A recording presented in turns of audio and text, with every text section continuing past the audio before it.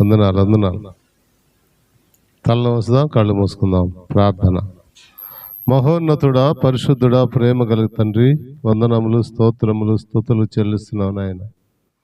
గడిచిన దినాలన్నీ కాసి కాపాడి భద్రపరిచి ఈ పునరుద్ధాన దినమున మీ మందిర ఆవరణములో చేరి మిమ్మల్ని స్తుతించుటకు, ఆరాధించుటకు, కీర్తించుటకు, మీరు మాకిచ్చిన ఆరోగ్యాన్ని బట్టి, ఆయుష్ను బట్టి, క్షేమమును, కాపుదల, భద్రతను బట్టి కృతజ్ఞత స్తుతులు, స్తోత్రములు చెల్లిస్తున్నావు నాయన. ఈ లోకంలో మమ్మలను ప్రత్యేకపరచుకొని మీ రక్తంలో కడిగి నీతిమంతులుగా తీర్చి తండ్రి, నాయన, అబ్బా అని పిలిచే భాగ్యాన్ని మీరు ఇచ్చినందుకై స్తోత్రములు చెల్లిస్తున్నాం. ఈ ధన్యత లేని వారు ఎంతో మంది మా దేశంలో, రాష్ట్రంలో, ఊర్లో నాయన, మా బంధువులు, స్నేహితులు ఎంతో మంది ఉన్నారు నాయన. వారిని కూడా ఆకర్షించమని కోరుకుంటున్నాం నాయన. ఆకర్షించబడిన మేము మీకు సాక్షులుగా అయ్యా మీ మరణ పునరుద్ధానంలో జ్ఞాపకం చేసుకుంటూ ఇతరులకు ప్రచురము చేయుటట్లుగా అయ్యా మమ్మలను మీ సాక్షులుగా నడిపిస్తున్నందుకై స్తోత్రములు చెల్లిస్తున్నాం. మహిమ నీకే, ఘనత నీకే, ప్రభావం నీకే చెల్లిస్తున్నాం నాయన. ఈ ఉదయకాలపు నాయన అయ్యా ఇదిగో నాయన, మా దేశ రాష్ట్ర ప్రజలను దీవించండి, ఆశీర్వదించండి. మా నాయకులు మంచి పరిపాలన అందించడానికి సహాయం చేయండి. సమస్తమును మీ కృపాహస్తాలకు మమ్మల్ని అప్పచెప్పుకుంటున్నాం నాయన. అయ్యా మీకు స్తోత్రాలు చెల్లిస్తూ ఈ దిన ఆరాధన అంతటిని మీ నామ మహిమార్థమై మాకు దీవెనకరంగా జరిగించమని ఘనత, మహిమ, ప్రభావాలు చెల్లించుకుంటూ పాటలు పాడుతున్న స్వరములను ముట్టమని, వాక్యమైన దేవా మాట్లాడమని, కీర్తనలో, ఆరాధనలో, సమస్తంలో మీరు అధ్యక్షత వహించి నడిపించి మహిమ పొందమని పరిశుద్ధాత్మ సహాయం కోరుకుంటూ యేసయ్య ఉన్నత నామమున ప్రార్థించి వేడుకొంచున్నాం పరమ తండ్రి. ఆమేన్.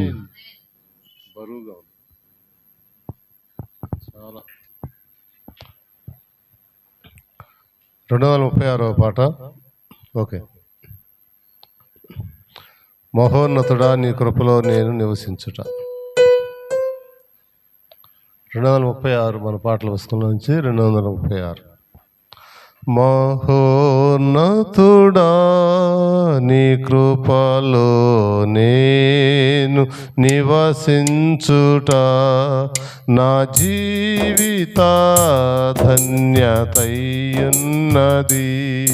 మహోన్నతుడా, నీ కృపలో నేను నివసించుట.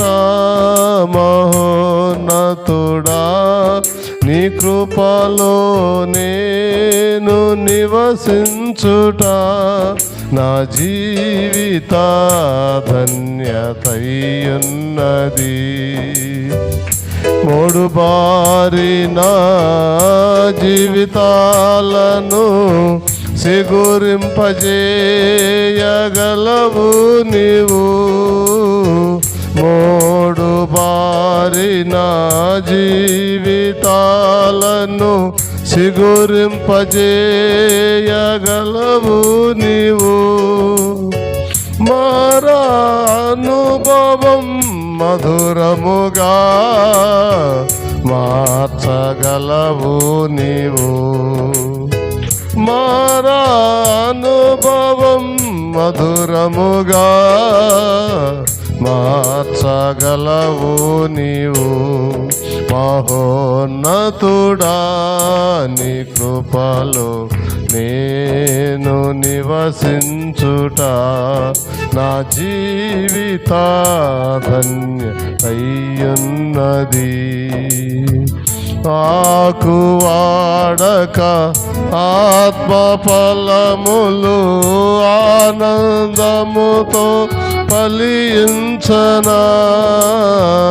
ఆకు వాడక ఆత్మ ఫలములు ఆనందముతో ఫలించనా.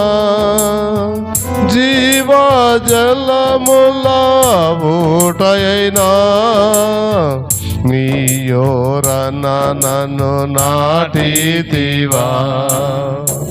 జీవజలముల ఊటైనా నీయోరన నన్ను నాటితివా.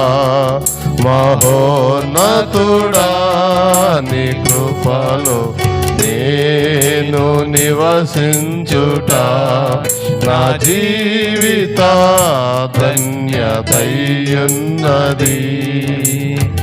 వాడబారని స్వాస్థ్యము నాకై పరమందు దాసియుంచితివా. వాడబారని స్వాస్థ్యము నాకై పరమందు దాసియుంచితివా. వాగ్దాన ఫలము అనుభవింప నీ కృపలో నన్ను పిలచితివా. వాగ్దాన ఫలము అనుభవింప నీ కృపలో నన్ను పిలచితివా. మహోన్నతుడా నీ కృపలో నేను నివసించుట నా జీవిత ధన్యతయున్నది. మహోన్నతుడా నీ కృపలో నేను నివసించుట. మహోన్నతుడా నీ కృపలో నేను నివసించుట. మహోన్నతుడా నీ కృపలో నేను నివసించుట నా జీవిత ధన్యతయున్నది.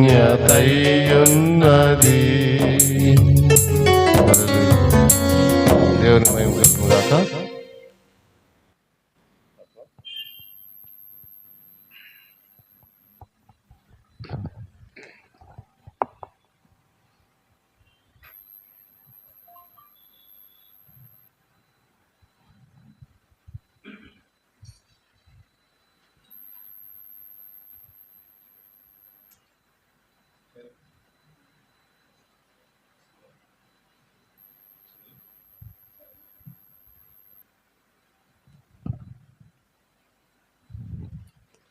స్తుతించెదను నిన్ను నేను మనసారా అనేటువంటి పాట పాడుకున్నాం.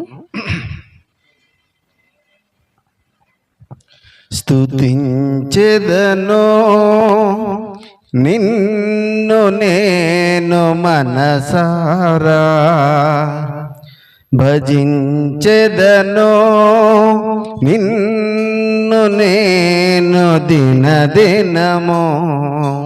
స్తోత్రార్హుడవు నీవే ప్రభు, సమస్తము నీకర్పించెదను. స్తోత్రార్హుడవు నీవే ప్రభు, సమస్తము నీకర్పించెదను. స్తుతించెదను పూజార్హుడవు పవిత్రుడవు, పాపిని క్షమించే మిత్రుడవు. పూజార్హుడవు పవిత్రుడవు, పాపిని క్షమించే మిత్రుడవు. పరము చేర్చి ఫలములిచ్చే పవనుడగుమా ప్రభువు నీవే. పరము చేర్చి ఫలములిచ్చే పవనుడగుమా ప్రభువు నీవే. స్తుతించెదను నిన్ను నేను మనసారా, భజించెదను నిన్ను నేను దినదినము. కృపా కనికరములు గల దేవా, కరుణ చూపి కనికరించు. కృపా కనికరములు గల దేవా, కరుణ చూపి కనికరించు. కంటిరే పావలే కాపాడు కడవరకు మమ్ము కావుమయా కంటిరే పావలే కాపాడు కడవరకు మమ్ము కావుమయా స్తుతించెదను నిన్ను నేను మనసారా భజించెదను నిన్ను నేను దిన దినము స్తోత్రార్హుడవు నీవే ప్రభు సమస్తముని కర్పించెదను స్తోత్రార్హుడవు నీవే ప్రభు సమస్తముని కర్పించెదను స్తుతించెదను సర్వశక్తి గల మా ప్రభువా సజీవయాగముగ చేయుమయా సర్వశక్తి గల మా ప్రభువా సజీవ సాక్షిగా చేయుమయా స్థిరపరచి మాము బలపరచు సదా నీకే స్తోత్రాలర్పింతున్ స్థిరపరచి మాము బలపరచు సదా నీకే స్తోత్రాలర్పింతున్ స్తుతించెదను నిన్ను నేను మనసారా భజించెదను నేను దిన దినము స్తోత్రార్హుడవు నీవే ప్రభు సమస్తముని కర్పించెదను స్తోత్రార్హుడవు నీవే ప్రభు సమస్తముని కర్పించెదను స్తుతించెదను.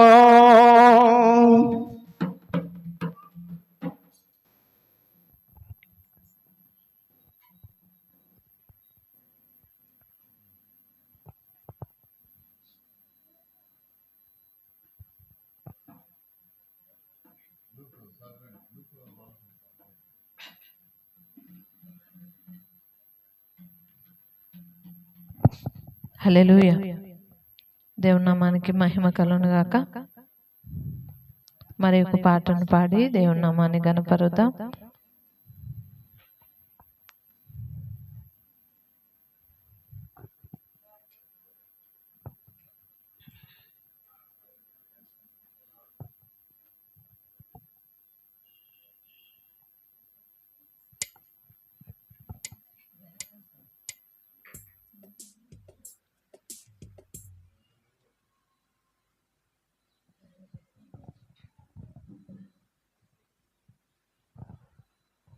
హల్లెలూయా.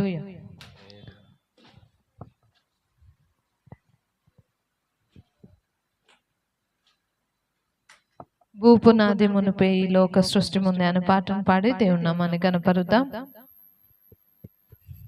భూపునాది మునుపే ఈ లోక సృష్టి ముందే ఆనంద ధ్వనులు చేసి పాడిరి ఉదయ నక్షత్రాలు.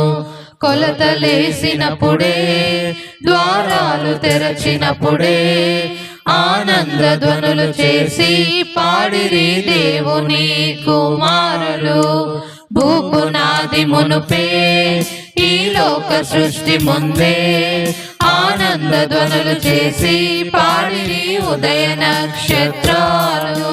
కొలతలేసినప్పుడే ద్వారాలు తెరచినప్పుడే ఆనంద ధ్వనులు చేసి పాడిరి దేవుని కుమారులు.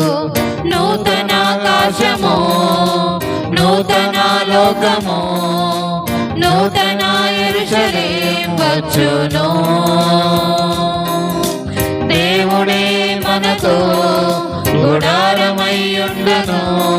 మనమంతా మరలా పాడేదము.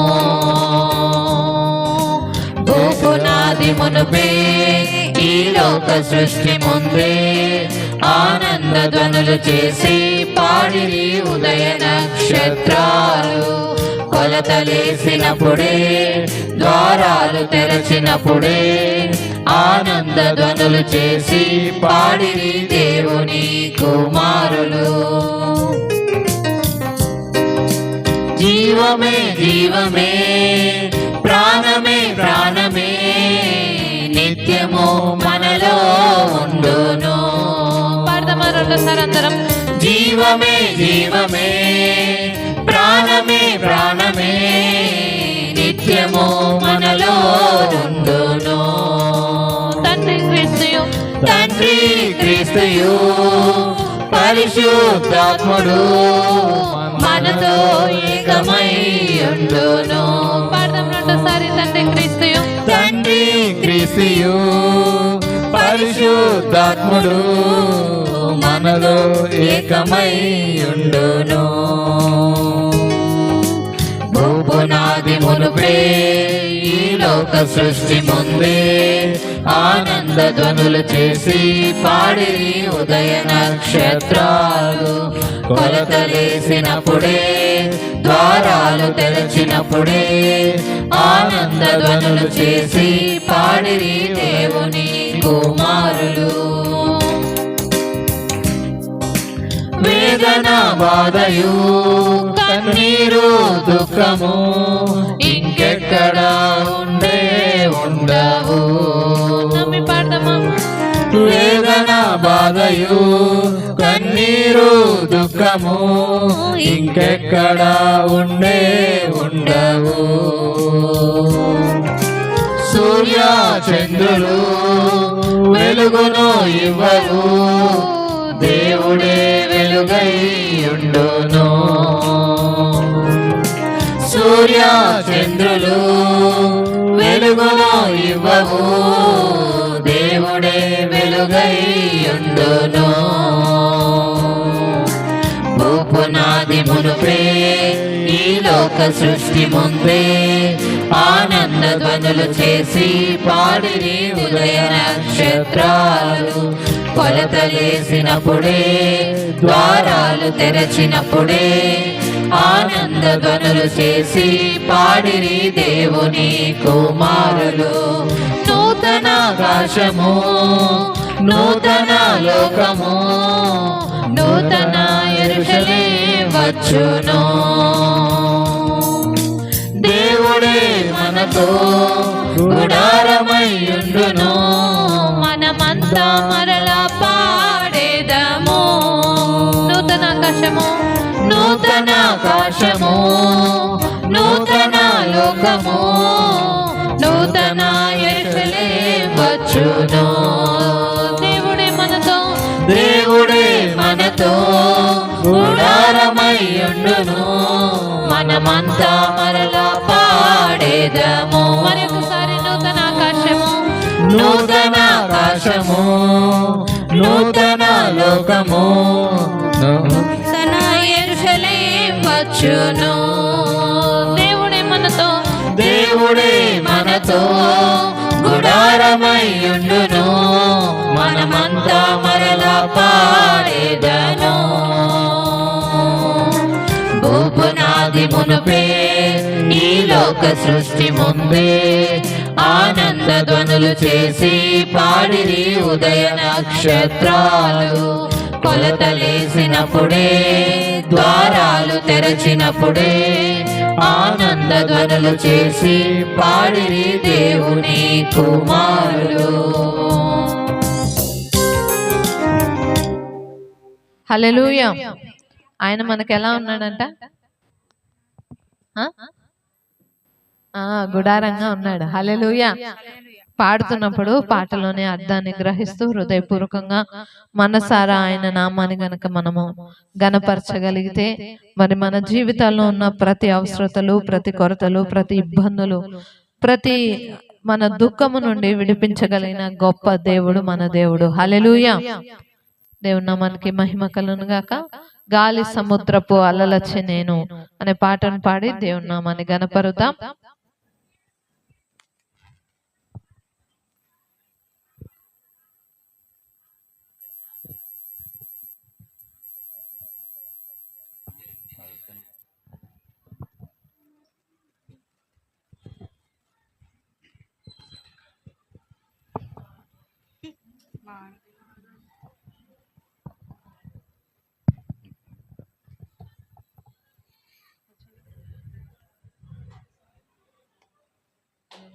హల్లెలూయా.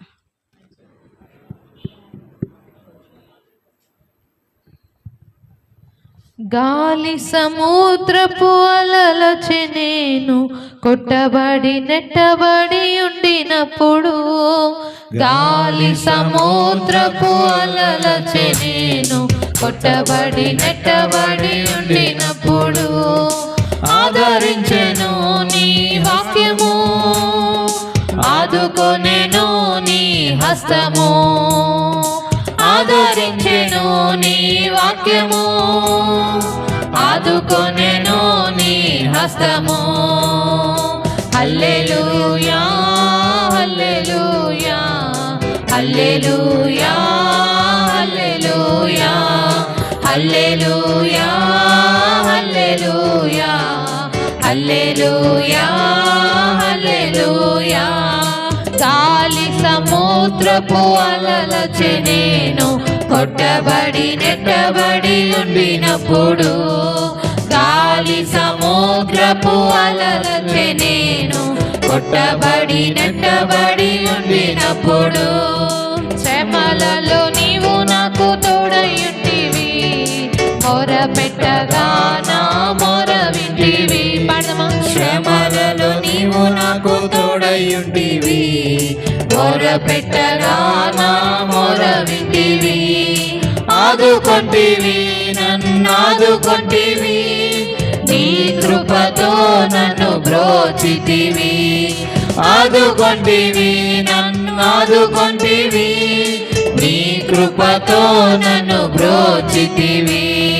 హల్లెలూయా హల్లెలూయా హల్లెలూయా హల్లెలూయా హల్లెలూయా హల్లెలూయా హల్లెలూయా హల్లెలూయా. వ్యాధులలో నీకు వేడుకొనగా, ఆపదలో నిన్ను ఆశ్రయించగా, వ్యాధులలో నిన్ను వేడుకొనగా, ఆపదలో నిన్ను ఆశ్రయించగా, చూపితివి నీ మహిమనకు కొనియాడెదము ప్రియ యేసువా, చూపితివి నీ మహిమనకు కొనియాడెదము ప్రియ యేసువా. హల్లెలూయా హల్లెలూయా హల్లెలూయా హల్లెలూయా హల్లెలూయా హల్లెలూయా హల్లెలూయా హల్లెలూయా. నీ తట్టు రమ్మని పిలచితివి, నేను నీకు తోడుగా ఉన్నానంటివి, నీ తట్టు రమ్మని పిలచితివి, నేను నీకు తోడుగా ఉన్నానంటివి, నేను నిన్ను ఆత్మలో తెలుసుకొంటిని, నీవే నా ఆశ్రయమని ఎరిగితిని, నేను నిన్ను ఆత్మలో తెలుసుకొంటిని, నీవే నా ఆశ్రయమని ఎరిగితిని. హల్లెలూయా హల్లెలూయా హల్లెలూయా హల్లెలూయా హల్లెలూయా హల్లెలూయా హల్లెలూయా హల్లెలూయా.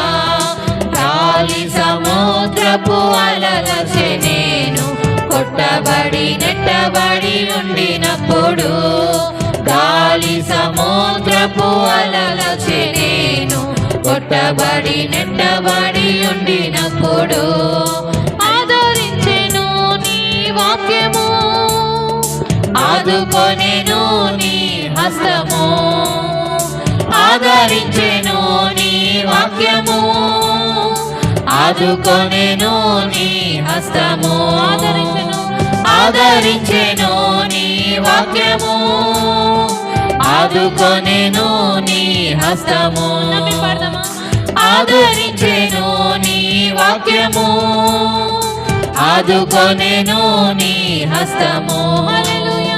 హల్లెలూయా హల్లెలూయా హల్లెలూయా హల్లెలూయా హల్లెలూయా హల్లెలూయా హల్లెలూయా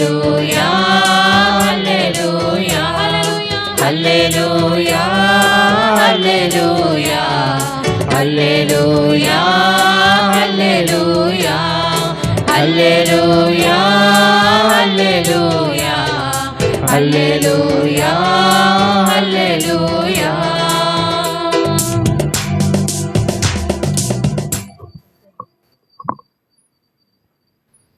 హల్లెలూయా.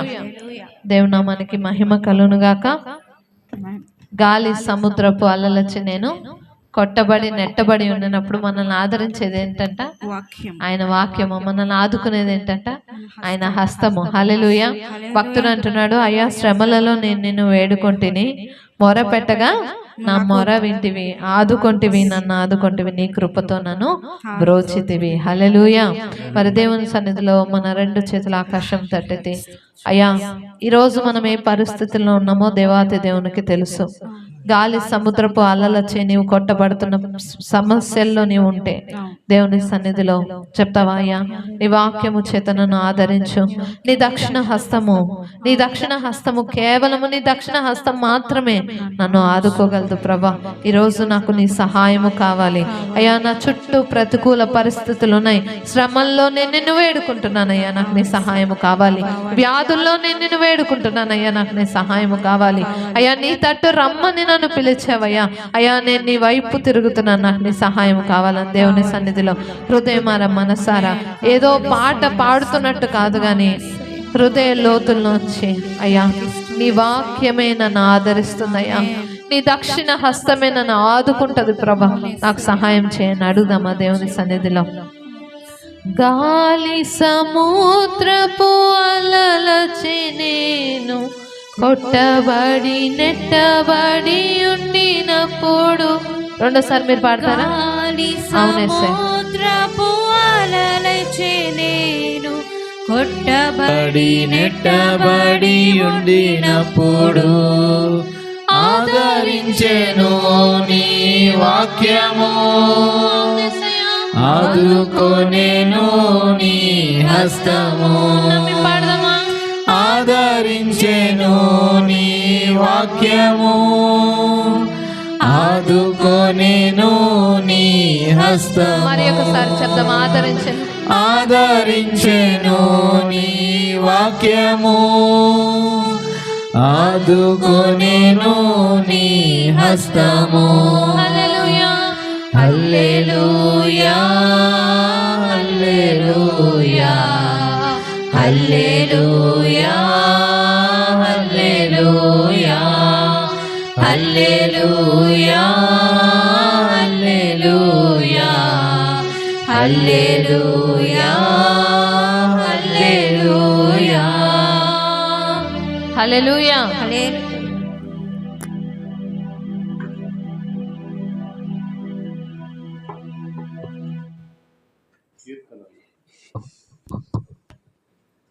నూట 18, 20 నుంచి 30 వరకు.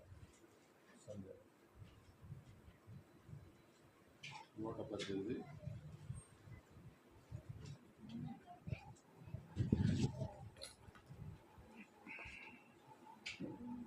20 నుంచి లాస్ట్. పరిశుద్ధ గ్రంథంలో నుంచి కీర్తనలు 118వ అధ్యాయం 20 నుంచి 30 వరకు ఉత్తర ప్రత్యుత్తరాలుగా చదువుతాం. ఇది యెహోవా గుమ్మము, 20 నుండి. ఇది యెహోవా గుమ్మము, నీతిమంతులు దీనిలో ప్రవేశించెదరు. నీవు నాకు రక్షణాధారుడవై నాకు ఉత్తరమిచ్చి ఉన్నావు. నేను నీకు కృతజ్ఞతాస్తుతులు చెల్లించెదను. ఇల్లు కట్టువారు నిషేధించిన రాయి, మూలకు తలరాయి ఆయను. అది యెహోవా వలన కలిగినది. అది మన కన్నులకు ఆశ్చర్యము. ఇది యెహోవా ఏర్పాటు చేసిన దినము. దీని యందు మనము ఉత్సహించి సంతోషించెదము.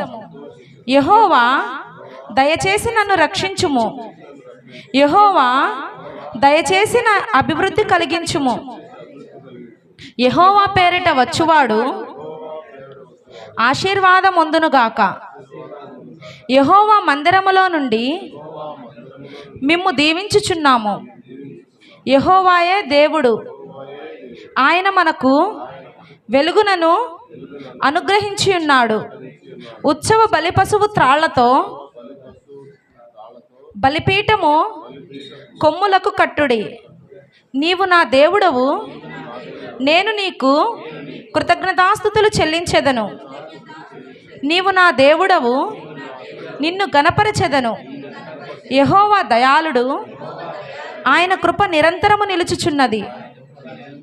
ఆయనకు కృతజ్ఞతాస్తుతులు చెల్లించుడి. ఈ వాక్యం దేవుడు దీవించును.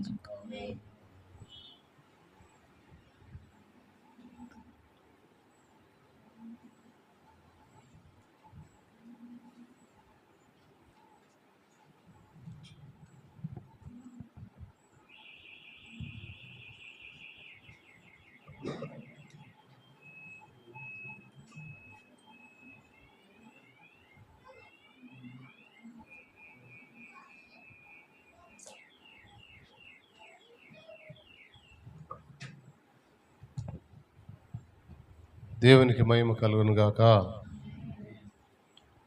ఇది యెహోవా గుమ్మము, నీతిమంతులు దీనిలో ప్రవేశిస్తారు. ఇది యెహోవా గుమ్మము, నీతిమంతులు ప్రవేశిస్తారు. యేసయ్య ఒక రక్షణ మార్గాన్ని మనకు సిద్ధపరిచాడు. ఆయన ఇంటిలో మనము మందిరముగా కట్టబడతా ఉన్నాం. ఆయన 12 గుమ్మాల పట్టణం మన కొరకు సిద్ధపరిచాడు. అయితే నీవు నా రక్షణాధారుడవై నాకు ఉత్తరం ఇచ్చి ఉన్నావు, నేను నీకు కృతజ్ఞతాస్తుతులు చెల్లించెదను. ఆయన రక్షణ ఇవ్వడానికి మన కొరకు వచ్చాడు. ఇల్లు కట్టువారు నిషేధించిన రాయి మూలకు తలరాయి. చూడండి, ఇల్లు కట్టేవారు నిరాకరించారు, నిషేధించారంట, అది మూలకు తలరాయి. అబ్రాహామును పిలుచుకున్నాడు. ఆయన రక్షణ మార్గాన్ని ఆ రోజు నుంచి సిద్ధపరచుకుంటూ వస్తున్నాడు. వాళ్ళకు ఒక ధర్మశాస్త్ర గ్రంథాన్ని ఇచ్చాడు, ప్రజలను ఏర్పాటు చేసుకున్నాడు, 10 ఆజ్ఞలు ఇచ్చాడు, కట్టడలు ఇచ్చాడు, వారిని చక్కగా నడిపిస్తూ ఉన్నాడు. వారు ఆపదల్లో ఉన్నప్పుడు ఆయనకి మొరపెడితే ఆయన వాళ్ళని విడిపిస్తున్నాడు, మరలా వారిని కాపాడుతున్నాడు, మరలా విడిపిస్తున్నాడు, మరలా కాపాడుతున్నాడు. ఆ విధంగా వారిని చేస్తూ ఉంటే వారు నిషేధించారు. అందుకని యేసుప్రభు కూడా ఒక ఉపమానం చెప్తాడు. ఒక రైతు ద్రాక్ష తోట నాటాడు, అది కాపులకి గుత్తకి చెల్లాడు. వాటిని ఆ డబ్బులు వసూలు చేయడానికి పనివాళ్ళు పంపిస్తే వాళ్ళని కొట్టేశారు. తర్వాత కుమారుడిని పంపిస్తే ఆ కుమారుడిని చంపేశారని యేసుప్రభు చెప్తాడు. అదే ఇల్లు కట్టువారు నిషేధించిన రాయి మూలకు తలరాయి. ఆయన చంపేశారు, ఆయన తిరిగి లేచాడు. 2000 సంవత్సరాలు అయింది. నీ కొరకు నా కొరకు ఆయన మరణించి తిరిగి లేచి రక్షణను మనకు ఇచ్చాడు. అందుకే ముందుగానే చెప్తాడు అనమాట భక్తుడు, ఏమని? నీవు నాకు రక్షణ ఆధారుడవై నాకు ఉత్తరం ఇచ్చి ఉన్నావు, నేను నీకు కృతజ్ఞతాస్తుతులు చెల్లించదును. ఈ సంగతి ఎరిగిన దావీదు గారు ఈ మాట చక్కగా మనతో చెప్తా ఉన్నాడు. తర్వాత ఏమంటున్నాడు? ఇది యెహోవా వలన కలిగినది, అది మన కనులకు ఆశ్చర్యం. ఇది యెహోవా ఏర్పాటు చేసిన దినం, దీని యందు మనము ఉత్సాహించి సంతోషిస్తున్నాం. ఇది ఈ యొక్క రక్షణ మనకు దేవుడిచ్చింది. ఇది ఆయన ఏర్పాటు చేసిన దినం, ప్రభు దినము కదండి.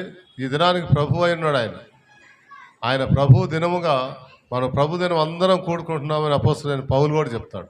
ఆదివారం మేమందరం కూడా కూడుకున్నాము, అది ప్రభు దినమని చెప్తున్నాడు. అందుకని మనం ఆదివారం రోజున ఆయన రొట్టె విరుచుట, బల్ల ఆరాధనలో మనము పాలుపంపులు పొందుతాం, ఆయన ఆరాధిస్తున్నాం, ఆయన కీర్తిస్తున్నాం. ఆయన మన కొరకు మరణించి తిరిగి లేచాడని ఆయన మరణ పునరుద్ధానాన్ని జ్ఞాపకం చేసుకుంటున్నాం. అంత మాత్రమే కాదు, ఈ విషయాన్ని ఇతరులకు సాక్ష్య రూపంగా కూడా మనము చెప్తా ఉన్నాం. కనుక ఇది యెహోవా ఏర్పాటు చేసిన దినము, దీని యందు మనము ఉత్సాహించి సంతోషించదు. ఈ సంతోషం యుగయుగాలు మనకు ఉంటుంది కనుక ఆ సంతోషాన్ని మనం ముందుగానే నిరీక్షణ కలిగిన వారమై ఉంటున్నాం. రక్షించబడిన మనము ఆ నిరీక్షణలో లేక ఆ విశ్వాస జీవితంలో మనము కొనసాగుతూ ఉన్నాము. అంత మాత్రం కాదు, యెహోవా దయచేసి నన్ను రక్షించము, యెహోవా దయచేసి అభివృద్ధి కలిగించము. ఈ సంతోష సమయంలో మనం వెళ్తూ ఉండగా మనం కాపాడేవాడు నువ్వే, నువ్వు రక్షించయ్యా. మా ప్రయాణాలు ఈ భూమి మీద ఉన్నాం కనుక మాకు ప్రతిదినం ప్రతి క్షణము మమ్మల్ని రక్షిస్తూ ఉంటావు, నువ్వు రక్షించిన ఆయన. అంత మాత్రమే కాదు, యెహోవా దయచేసిన అభివృద్ధి కలిగించము. అంతే. అపొస్తలుడైన పౌలు కూడా అంటాడు, ఒకడు నాటాడు దేవుని వాక్యాన్ని, ఒకడు విత్తాడు లేక నాటాడు, ఇంకొకడు నీరు పోసాడు. అభివృద్ధి చేయవాడు దేవుడే. కాబట్టి భక్తుడు అంటున్నాడు, నన్ను అభివృద్ధి పరచును ఆయన అంటున్నాడు. అభివృద్ధి పరిచేది దేవుడే.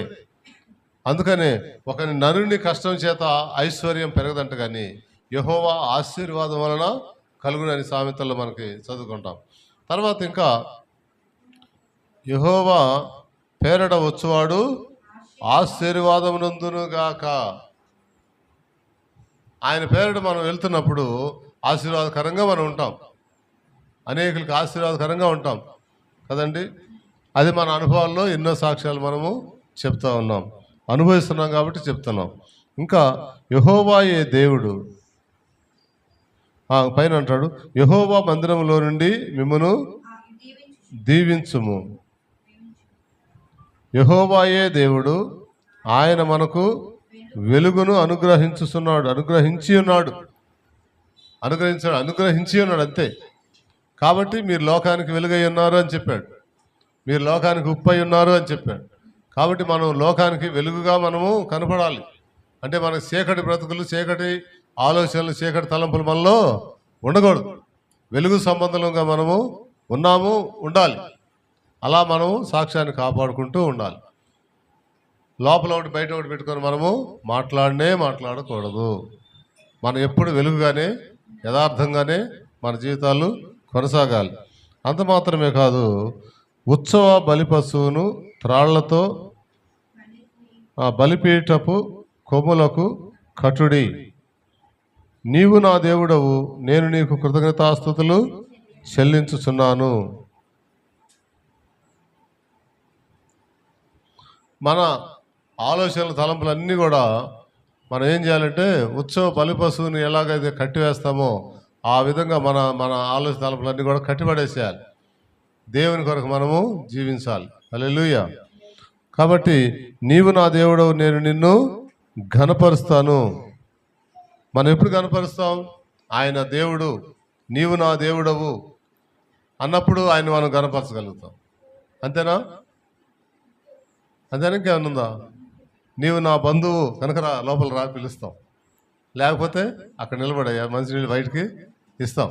మన బంధువు అయితే ఏం చేస్తాం? మనము లోపలికి పిలిచి రండి కూర్చోండి అని కూర్చోబెడతాం.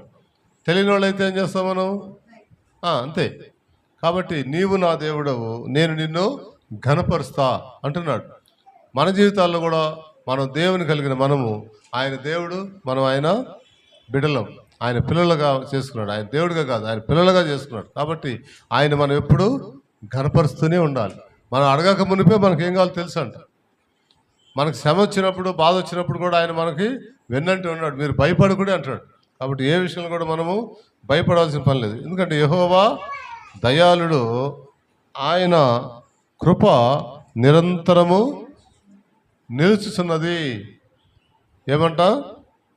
యెహోవా దయాళుడు, ఆయన కృప నిరంతరము. చూడండి, మనం ఎన్ని తప్పులు చేసినా, ఎన్ని చేసినా ఆయన కృప మనలను ఆవరించి ఉన్నది కనుక మనము బ్రతుకుతూ ఉన్నాం కదండి. ఎంతో సమయం దీర్ఘశాంతం మన వల్ల కలిగి ఉన్నాడు కనుక మనం బ్రతుకుతున్నాం. కాబట్టి ఎప్పటికప్పుడు మనం ఆయన సన్నిధిలో మనము సరి చేసుకుంటూ ముందుకు పోతూ ఉంటే ఆయన వాక్యం చేత మనం కడగబడుతూ ఉండాలి. ఆయన వాక్యం చేత మనం శుద్ధిపరచకుండా ఉండాలి. ఇంకా ఆయన వాక్యం మన పాదములకు దీపం అంటాడు. నీ వాక్యం నన్ను వెలుగులో నడిపిస్తుంది అంటాడు. ఇవన్నీ కూడా మన జీవితాల్లో మనము దేవుని మందిరానికి వస్తున్నప్పుడు, మనం ఆ వాక్యం వింటున్నప్పుడు మన జీవితాలు ఎప్పుడూ సరి చేసుకుంటూ ఉంటూ అప్పుడు అంటున్నాడు అనమాట, యెహోవా దయాళుడు, ఆయన కృప నిరంతరం నిలుస్తున్నది. ఆయనకేం చేయాలట? కృతజ్ఞతాస్తుతులు చెల్లించాలి.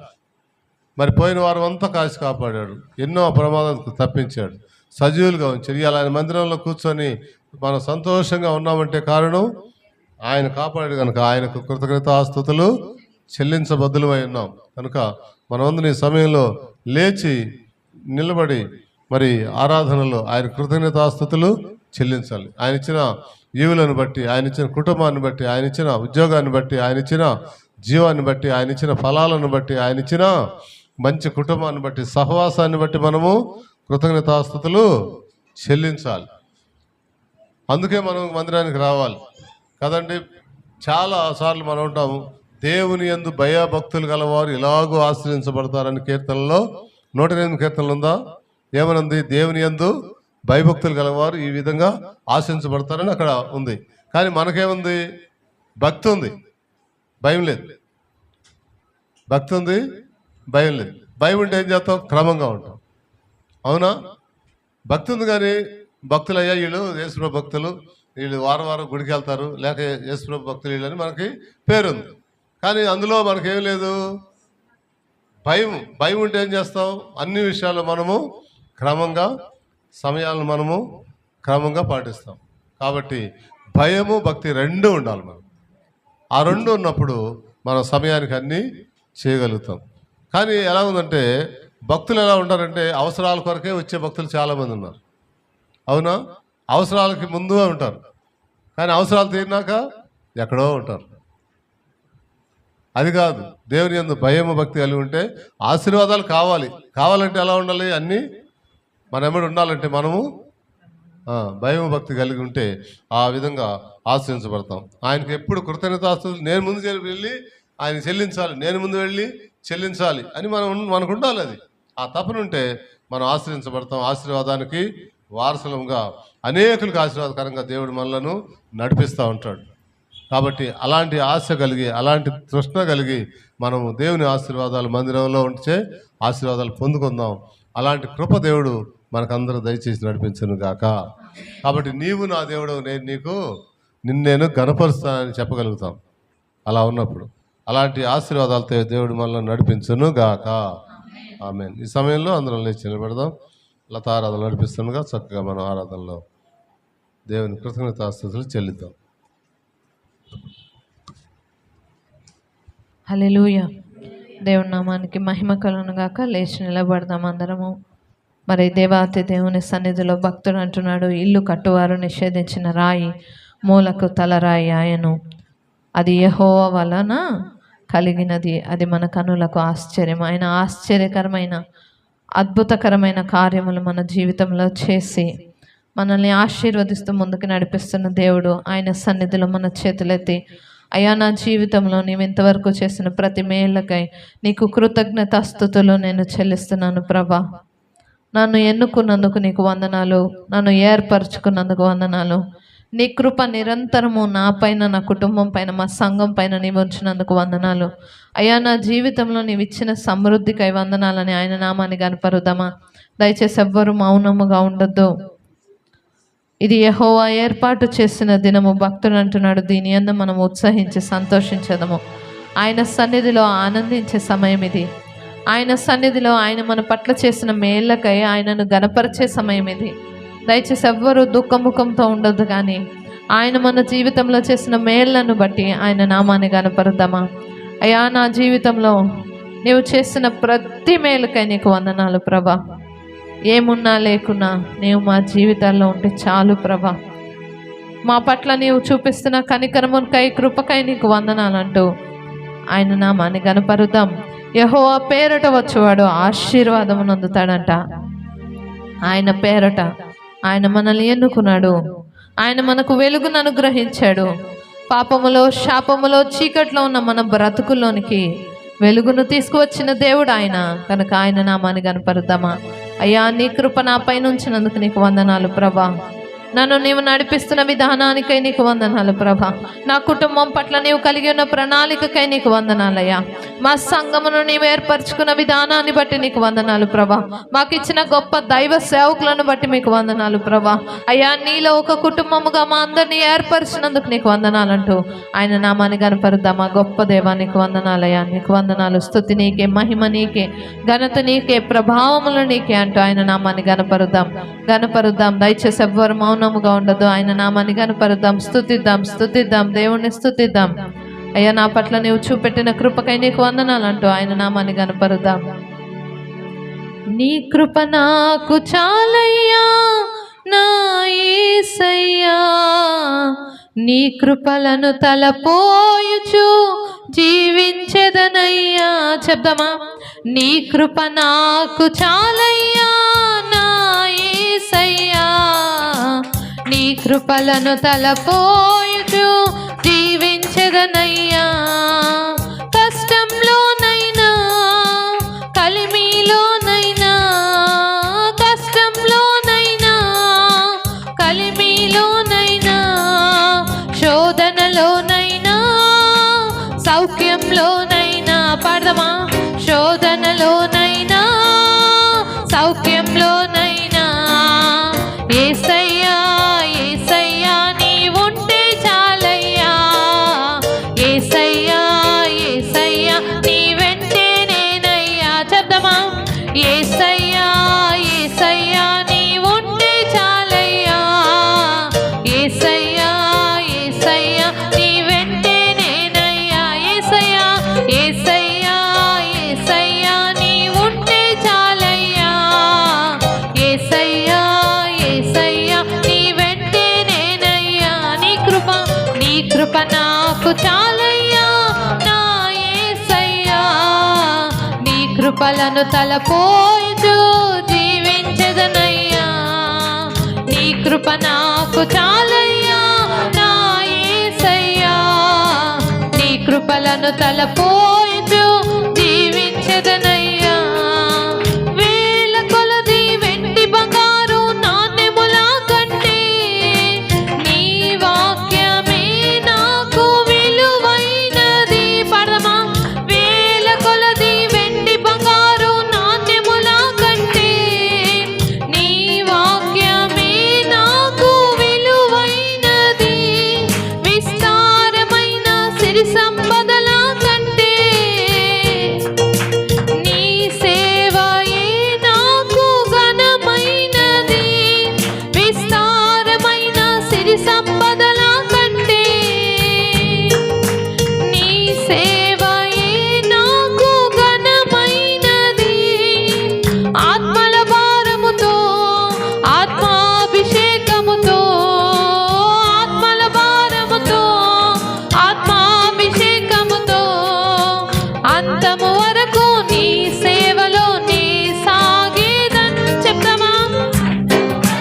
నీ సేవలో నీ సాగేదన్. యేసయ్యా యేసయ్యా యేసయ్యా నీవుంటే చాలయ్యా. అవునయ్యా, యేసయ్యా యేసయ్యా నీ వెంటే నేనయ్యా. యేసయ్యా స్వరాలెత్తి పాడతామా? మన పూర్ణ శక్తితో పూర్ణ బలముతో ఆయన నామాన్ని కనపడతాం. నీ వెంటే నేనయ్యా, నీ కృప నాకు చాలయ్యా నా యేసయ్యా, నీ కృపలను తలపోయుచు జీవించెదనయ్యా. అవునేసయ్యా, నీ కృప నాకు చాలయ్యా నా యేసయ్యా, నీ కృపలను తలపోయుచు జీవించెదనయ్యా. నీ సంగ క్షేమమే నా ప్రాణము, అది నాకు ఎంతో భాగ్యము. నీ సంగ క్షేమమే నా ప్రాణము, అది నాకు ఎంతో భాగ్యము. నీ సేవ కొరకే ఈ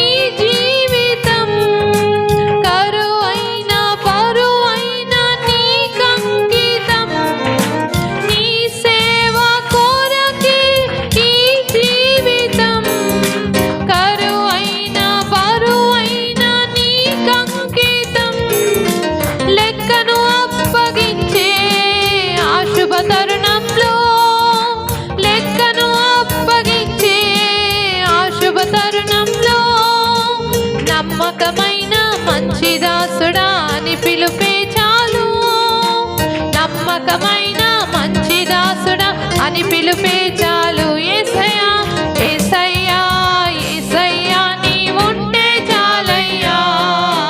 యేసయ్యా యేసయ్యా నీ వెంటే నేనయ్యా. యేసయ్యా యేసయ్యా నీ ఉంటే చాలయ్యా.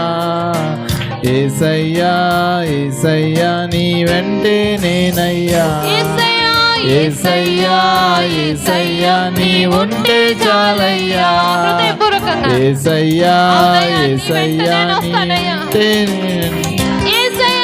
యేసయ్యా యేసయ్యా నీ ఉంటే చాలయ్యా. యేసయ్యా యేసయ్యా నీ వెంటే నేనయ్యా. యేసయ్యా యేసయ్యా నీ ఉంటే చాలయ్యా. యేసయ్యా యేసయ్యా నీ వెంటే నేనయ్యా.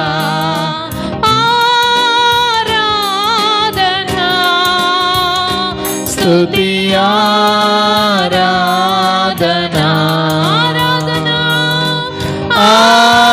ఆరాధనా స్తుతి ఆరాధనా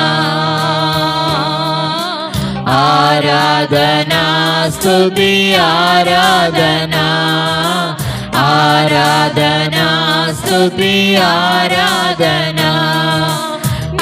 ప్రజల నెమ్మదికై రాజాజ్ఞ మార్చింది నీవే కని.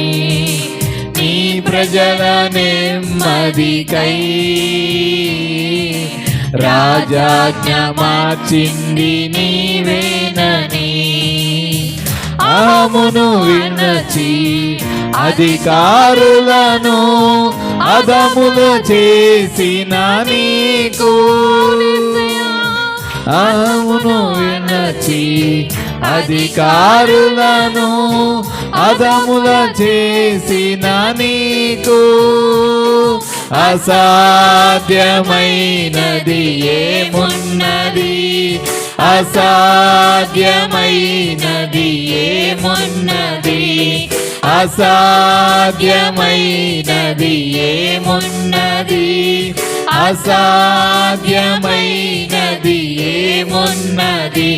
యూదా స్తుతి గోత్రపు సింహమా యేసయ్యా నా ప్రగతిని స్వాధీనమా. యూదా స్తుతి గోత్రపు సింహమా యేసయ్యా నా ఆత్మీయ ప్రగతిని స్వాధీనమా. నీవే కదా నా ఆరాధనా, నీవే కదా నా ఆరాధనా. ఆరాధనా స్తుతి ఆరాధనా ఆరాధనా స్తుతి ఆరాధనా ఆరాధనా స్తుతి ఆరాధనా ఆరాధనా స్తుతి ఆరాధనా. అవునయ్యా, నీ ప్రజల నెమ్మదికై అధికారుల అహమును అనిచిన గొప్ప దేవుడవు. ఈరోజు మా జీవితాల్లో ఏది చేయడానికి ప్రభా అయ్యా ప్రతిదానికి నీకు సాధ్యమయ్యా.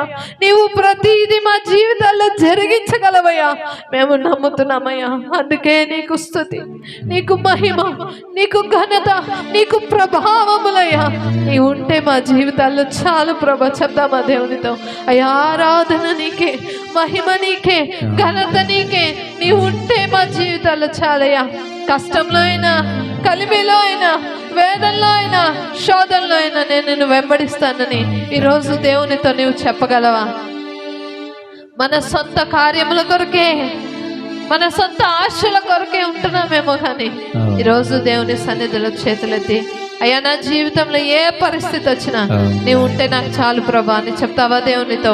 గొప్ప దేవా నీకు వందనాలయ్యా, నీకు వందనాలు.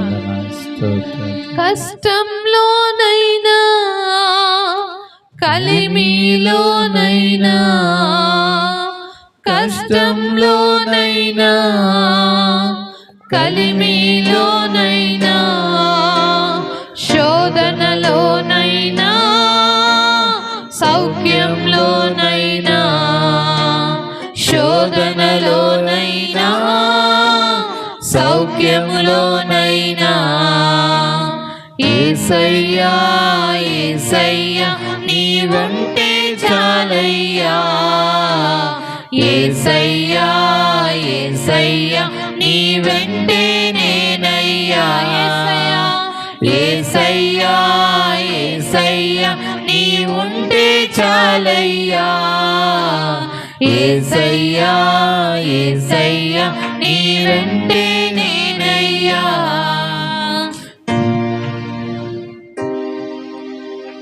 మహోన్నతుడా, పరిశుద్ధుడా, ప్రేమ కలిగిన తండ్రి, ఈ ఉదయకాలమునైనా మనసారా హృదయమారా నాయన స్తుతించుటకు కీర్తించుటకు మీరు మాకు ఇచ్చిన ఈ సహవాసాన్ని బట్టి కృతజ్ఞత స్తుతులు స్తోత్రములు చెల్లిస్తాం. ఈ స్తుతి ఆరాధన యేసు నామమున సమర్పిస్తున్నాము తండ్రి. ఆమేన్. అందరం కూర్చుందాం.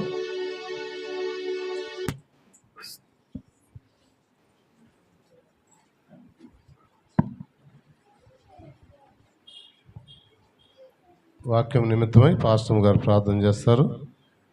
సమయం కళ్ళు మూసుకుందాం. వాక్యం కొరకు ప్రార్థన. స్తోత్రం స్తోత్రం స్తోత్రం స్తోత్రం స్తోత్రం. మహాగణుడా, మహోన్నతుడా, సర్వోన్నతుడా, సర్వశక్తిమంతుడా, నీకు స్తుతులు స్తోత్రాలు వందనాలు నాయన. నీ పునరుద్ధాన దినం ఇటు రీతిగా నువ్వు ఇచ్చిన ఈ అవకాశాన్ని బట్టి నీకు వందనాలు.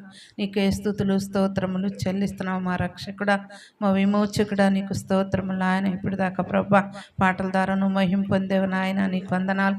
కీర్తనలో నువ్వు ఉన్నావు, ఆరాధనలో నువ్వు ఉన్నావు. ఇంతవరకు నువ్వు జరిగించినందుకు నీకు కృతజ్ఞత స్తుతులు స్తోత్రములు చెల్లిస్తున్నావు. నీ కృపా, నీ సన్నిధి అయా, నీ ప్రసన్నత మాతో ఉంచి నువ్వు నడిపించావు ఇంతవరకు. అయ్యి ఇప్పుడు నాయన నీ దాసులు నిలబడి నాయన వాక్యం బోధిస్తుండగా నీ కృపను అనుగ్రహించి నీ సన్నిధి, నీ ప్రసన్నతను దయచేసి ఏ వాక్యం అయితే మాకు అవసరం ఆ వాక్యం మాకు అందించమని, నీ కృప చూపు, నీ వాక్యానుసారం మేము జీవించుటకు సహాయం చేయమని, నీకు లోబడి నీ భక్తి భయం కలిగి జీవించుటకు నువ్వు సహాయం చేయమని, నీ మహిమ తెచ్చుకోమని నాయన.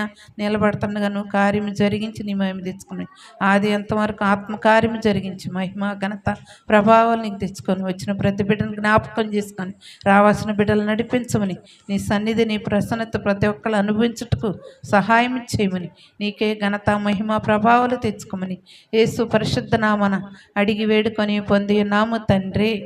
ఆమేన్. ప్రార్థించి రాష్ట్రంగా దేవుడు దీవించును గాక. ఈ సమయంలో దేవదాస్ గారు మన ముందు ఉన్నారు. వారి వాక్యాన్ని అందిస్తుండగా చక్కగా మనం వాక్యాన్ని విందాం.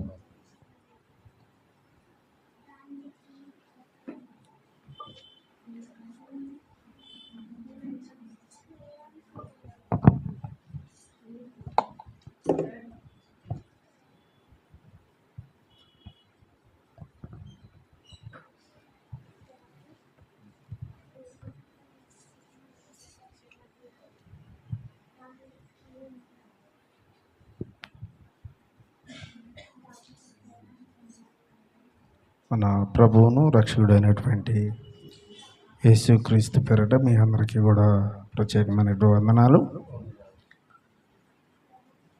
మనం ఈరోజు వాక్య భాగం మత్తయి సువార్త 13వ అధ్యాయము 4వ వచనం. వాడు విత్తుచుండగా కొన్ని విత్తనములు త్రోవ పక్కకు పడెను, పక్షులు వచ్చి వాటిని మింగివేసెను. కొన్ని చాలా మన్నులేని రాతి నేలను పడెను, అక్కడ మన్ను లోతుగా ఉండనందున అవి వెంటనే మొలిచిన కానీ సూర్యుడు ఉదయించినప్పుడు అవి మాడి వేరు లేనందున ఎండిపోయాను. కొన్ని ముళ్ళ పొదలలో పడెను, ముండ్ల పొదలు ఎదిగి వాటిని అణిచివేచెను. కొన్ని మంచి నేలను పడి ఒకటి 100 అంతలుగాను ఒకటి 60దంతలుగాను, ఒకటి 30దంతలుగాను ఫలించెను. చెవులు గలవాడు వినుగాక. చిన్న ప్రార్థన చేసుకున్నాం. మమ్మలను అతి మిక్కిలిగా ప్రేమించిన మా ప్రియ పరలోకపు తండ్రి, నీ ఘనమైన నామమునకు నాయన ఎనలేని స్తుతులు స్తోత్రాలు చెల్లించుకొనుచున్నాం. ప్రభువా, ఇదిగో ప్రాముఖ్యమైనటువంటి సమయంలో కనుక మమ్మల్ని నడిపించినటువంటి నీ కృపను బట్టి తండ్రి నీకు వందనాలు చెల్లించుకొనుచున్నాం. నాన్న, ఇదిగో ఈ నీ వాక్య భాగాన్ని మా ప్రభా వివరించబోతుండగా మొదటిగా మా ప్రభా మీరు మా మధ్య ఉండి నీ పరిశుద్ధాత్మ కృపతో మమ్మల్ని నింపమని, నీ సత్యవాక్కును నీ బిడ్డలకు వివరించుచుండగా నాయన మీరు మా మధ్య ఉండి ఈ నడిపింపును దయచేయమని వేడుకొనుచున్న వినుచున్న ప్రతి ఒక్కరికి కూడా వాక్యాన్ని విని గ్రహించి నాయన నీ రాకడ సమయం వరకు కూడా నీ యందు ఫలించులాగున మాకు సహాయతను అనుగ్రహించండి. నాయన ప్రతి ఒక్క ఆత్మ కూడా ఫలించేటటువంటి ఆత్మగా ఉండటానికి నాయన ఈ నీ వాక్య భాగం ద్వారా మమ్మల్ని అందరినీ కూడా చక్కబరుచుకునేటటువంటి అవకాశాన్ని మాకు దయచేయమని వేడుకొనుచున్నాం. వినుచున్న ప్రతి ఒక్కరికి కూడా వినేటటువంటి జ్ఞానాత్మను దయచేయమని వేడుకొనుచున్నాం. తద్వారా మమ్మల్ని మేము చక్కబరుచుకొని నీ రాకడ సమయం వరకు నాయన యథార్థత కలిగినటువంటి నీ సత్య మార్గంలో మేము నడుచులాగిన సహాయము దయచేయమని మా ప్రభువును రక్షకుడైన యేసుక్రీస్తు నామములో ఈ చిన్ని ప్రార్థన అడిగి వేడుకొనుచున్నాం తండ్రి. ఆమేన్. మంచిది. మొదటగా మనం చూసుకున్నట్లయితే 4వ వచనంలో విత్తుచుండగా కొన్ని వాక్య విత్తనాలు ఎక్కడ పడ్డాయట? వాటిని ఏమొచ్చి మింగివేసినాయి? ఈ మన జాగ్రత్తగా ఈ వాక్య భాగాన్ని మనం జ్ఞాపకం చేసుకున్నట్లయితే విత్తనము ఫలించాలంటే ఏముండాలి? మొదట ఏం చేయాలి? వ్యవసాయం చేసిన వాళ్ళు ఎవరన్నా ఉన్నారా మన కాడ?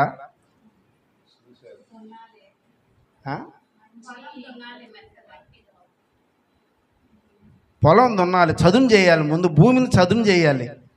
మొదట విత్తనం మనం మొలవాలంటే ఏమి కలుపు లేకుండా, చెత్త చెదారం ఏమి లేకుండా శుభ్రం చేసి భూమిని మెత్తగా రాళ్ళు రప్పలు లేకుండా శుభ్రం చేసిన తర్వాత విత్తనాలు విత్తుతాయి, మొలకెత్తుతాయి. అయితే ఇక్కడ పొలం బాగానే చేశారు. ఈ విత్తేటప్పుడు కొన్ని విత్తనాలు త్రోవ పక్కన పడ్డాయి అంట. ఈ 4వ వచనం ప్రకారం కొన్ని విత్తనాలు త్రోవ పక్కన పడ్డాయి. త్రోవ పక్కన పడ్డటువంటి విత్తనాలు ఎవరు? 19వ వచనం చూడండి. అందులోనే 19 విత్తువాని గురించిన ఉపమాన భావం వినుడి. ఎవడైనాను వినియు గ్రహింపక ఉండగా దుష్టుడు వచ్చి వాని హృదయములో విత్తబడిన దానిని ఎత్తుకొని పోవును. త్రోవ పక్కన విత్తబడిన వాడు వీడే. వాక్యాన్ని విత్తుచున్నప్పుడు ఎవరొచ్చి ఎత్తుకొని పోయారు?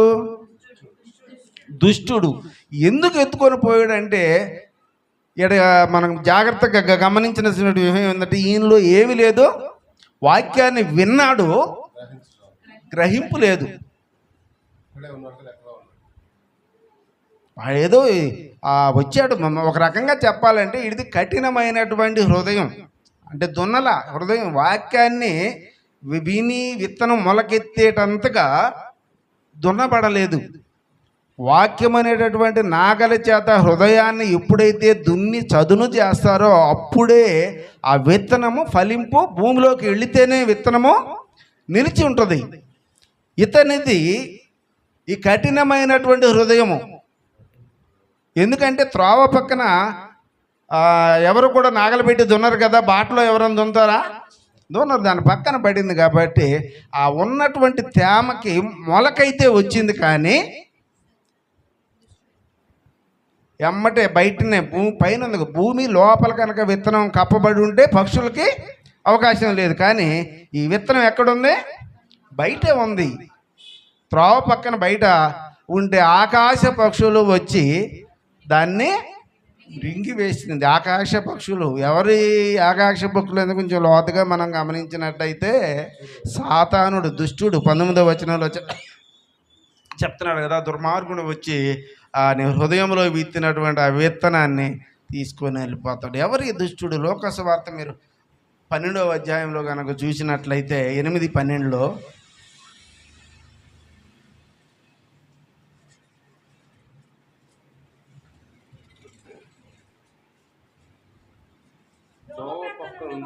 త్రోవ పక్కన ఉండువారు వినువారే గాని నమ్మి రక్షణ పొందకుండునట్లు అపవాది వచ్చి వారి హృదయములలో నుండి వాక్కును ఎత్తుకొని పోవును. ఈ పిశాచం అంటారు దీన్ని. అపనిందంగా మనం లోకాసు వార్తలోనే అపనింద పిశాచం వచ్చి వాని హృదయంలో విత్తబడినటువంటి వాక్యాన్ని ఎత్తుకొని పోతుంది. వీళ్ళని గురించి మనం జాగ్రత్తగా చేర్చుకుందాం. ఆరాధనకైతే వస్తున్నారు వీళ్ళు. ఎవరు? ఈ విత్తనాలు, త్రోవ పక్కబడ్డటువంటి విత్తనాలు ఆరాధనకైతే వస్తున్నారు. కానీ వచ్చిన తర్వాత వీళ్ళ మనసు ఎక్కడ ఉంటుంది?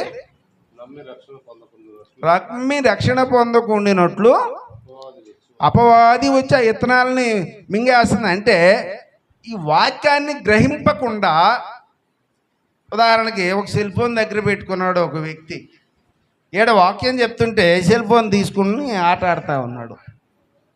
ఇతనికి వాక్యం వినపడుద్దా? గ్రహింపు వస్తుందా? రాదు. ఇతని మనసు అంతా ఎక్కడుంది? సెల్ మీద ఉంది. సెల్లులో నుంచి ఏదో చూస్తూ ఉన్నాడు, ఏదేన్నో ఎదుగుతూ ఉన్నాడు. కొంతమంది అయితే మనసు అయితే ఎక్కడ ఉంటుంది, కానీ అంతా ఎక్కడ ఎవరికో కాల్చి వస్తూ ఉంటే ఫోన్ ఆన్ చేసి ఉంటుంది, పొద్దాక తిరుగుతూ ఉంటారు లోపలికి బయటికి. ఈ వాక్యాన్ని వినేదాడ గ్రహింపు లేదు. ఇక్కడ వాక్యాన్ని గ్రహింపు లేదు. వింటేనే కదా, వినుట వలన విశ్వాసం కలుగును. అది యేసుక్రీస్తుని గురించినటువంటి మాట వలన విశ్వాసం కలుగుద్ది. అప్పుడు నమ్మకం వస్తుంది, క్రీస్తుని నమ్ముకుంటారు. కానీ ఇక్కడ వినటానికి ఇది అవకాశం ఇవ్వట్లా. ఏం చేస్తున్నాడంటే పొద్దాకా కూడా వాక్యాన్ని గ్రహింపుంచకుండా, వాక్యాన్ని చెప్పేదాన్ని వినకుండా ఈ లోక సంబంధమైనటువంటి దానిలో పరిగెడతా ఉన్నాడు. గ్రహింపు లేకుండా జీవిస్తూ ఉన్నాడు ఈ వ్యక్తి. అట్టి గ్రహింపు లేకుండా జీవిస్తున్నటువంటి వ్యక్తి నీకు సాతానుడు. ఈ సాతాను గురించి మనం చూడండి, ప్రకటన గ్రంథం 12వ అధ్యాయం 9వ వచనంలో స్పష్టంగా చెప్పబడి ఉంది ఒక మాట. ప్రకటన గ్రంథం 12:9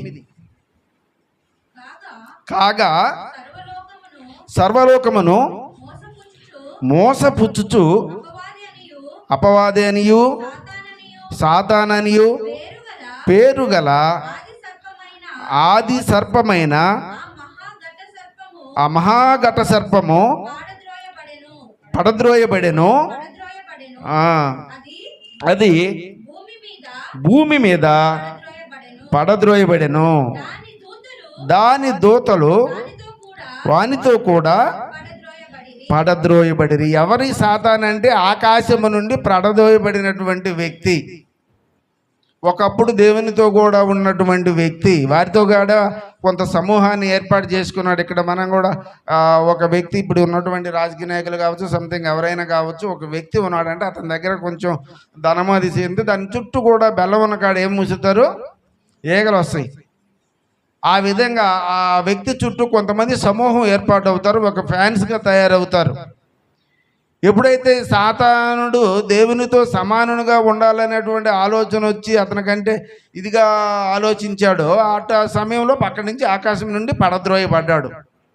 పడద్రోయబడినప్పుడు వానితో పడగా కొంతమంది సమూహాన్ని కిందకి తీసుకొని వచ్చారు. బహుశా వాళ్ళే ఈ ముక్కోటి వాళ్ళు. ఇప్పుడు ఉన్నటువంటి లోకంలో ఉన్నటువంటి మన వాళ్ళు అందరూ కూడా పాటిస్తూ ఇది చేస్తున్నటువంటి ఆ ముక్కోటి దేవతలు కూడా ఎవరయ్యా అంటే సాతాను సమూహము. చాలామంది అనుకుంటుంటారు చచ్చిపోయినోడు దెయ్యమై మమ్మల్ని పట్టుకొని పీడిస్తున్నాడనో లేకపోతే ఇంకోటి. అదే వాళ్ళు కాదండి.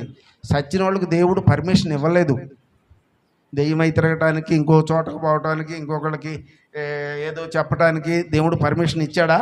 ఇవ్వలేదు. దానికి సాదృశ్యం ఏంటంటే ధనవంతుడు కథ ఉన్నది కదా, అందులో ఉన్నప్పుడు ఈ ధనవంతుడు చనిపోయినప్పుడు పాతాళంలో వేదన పడుచు ఉన్నప్పుడు పర్మిషన్ అడుగుతాడు. చనిపోయాడు ఇతను.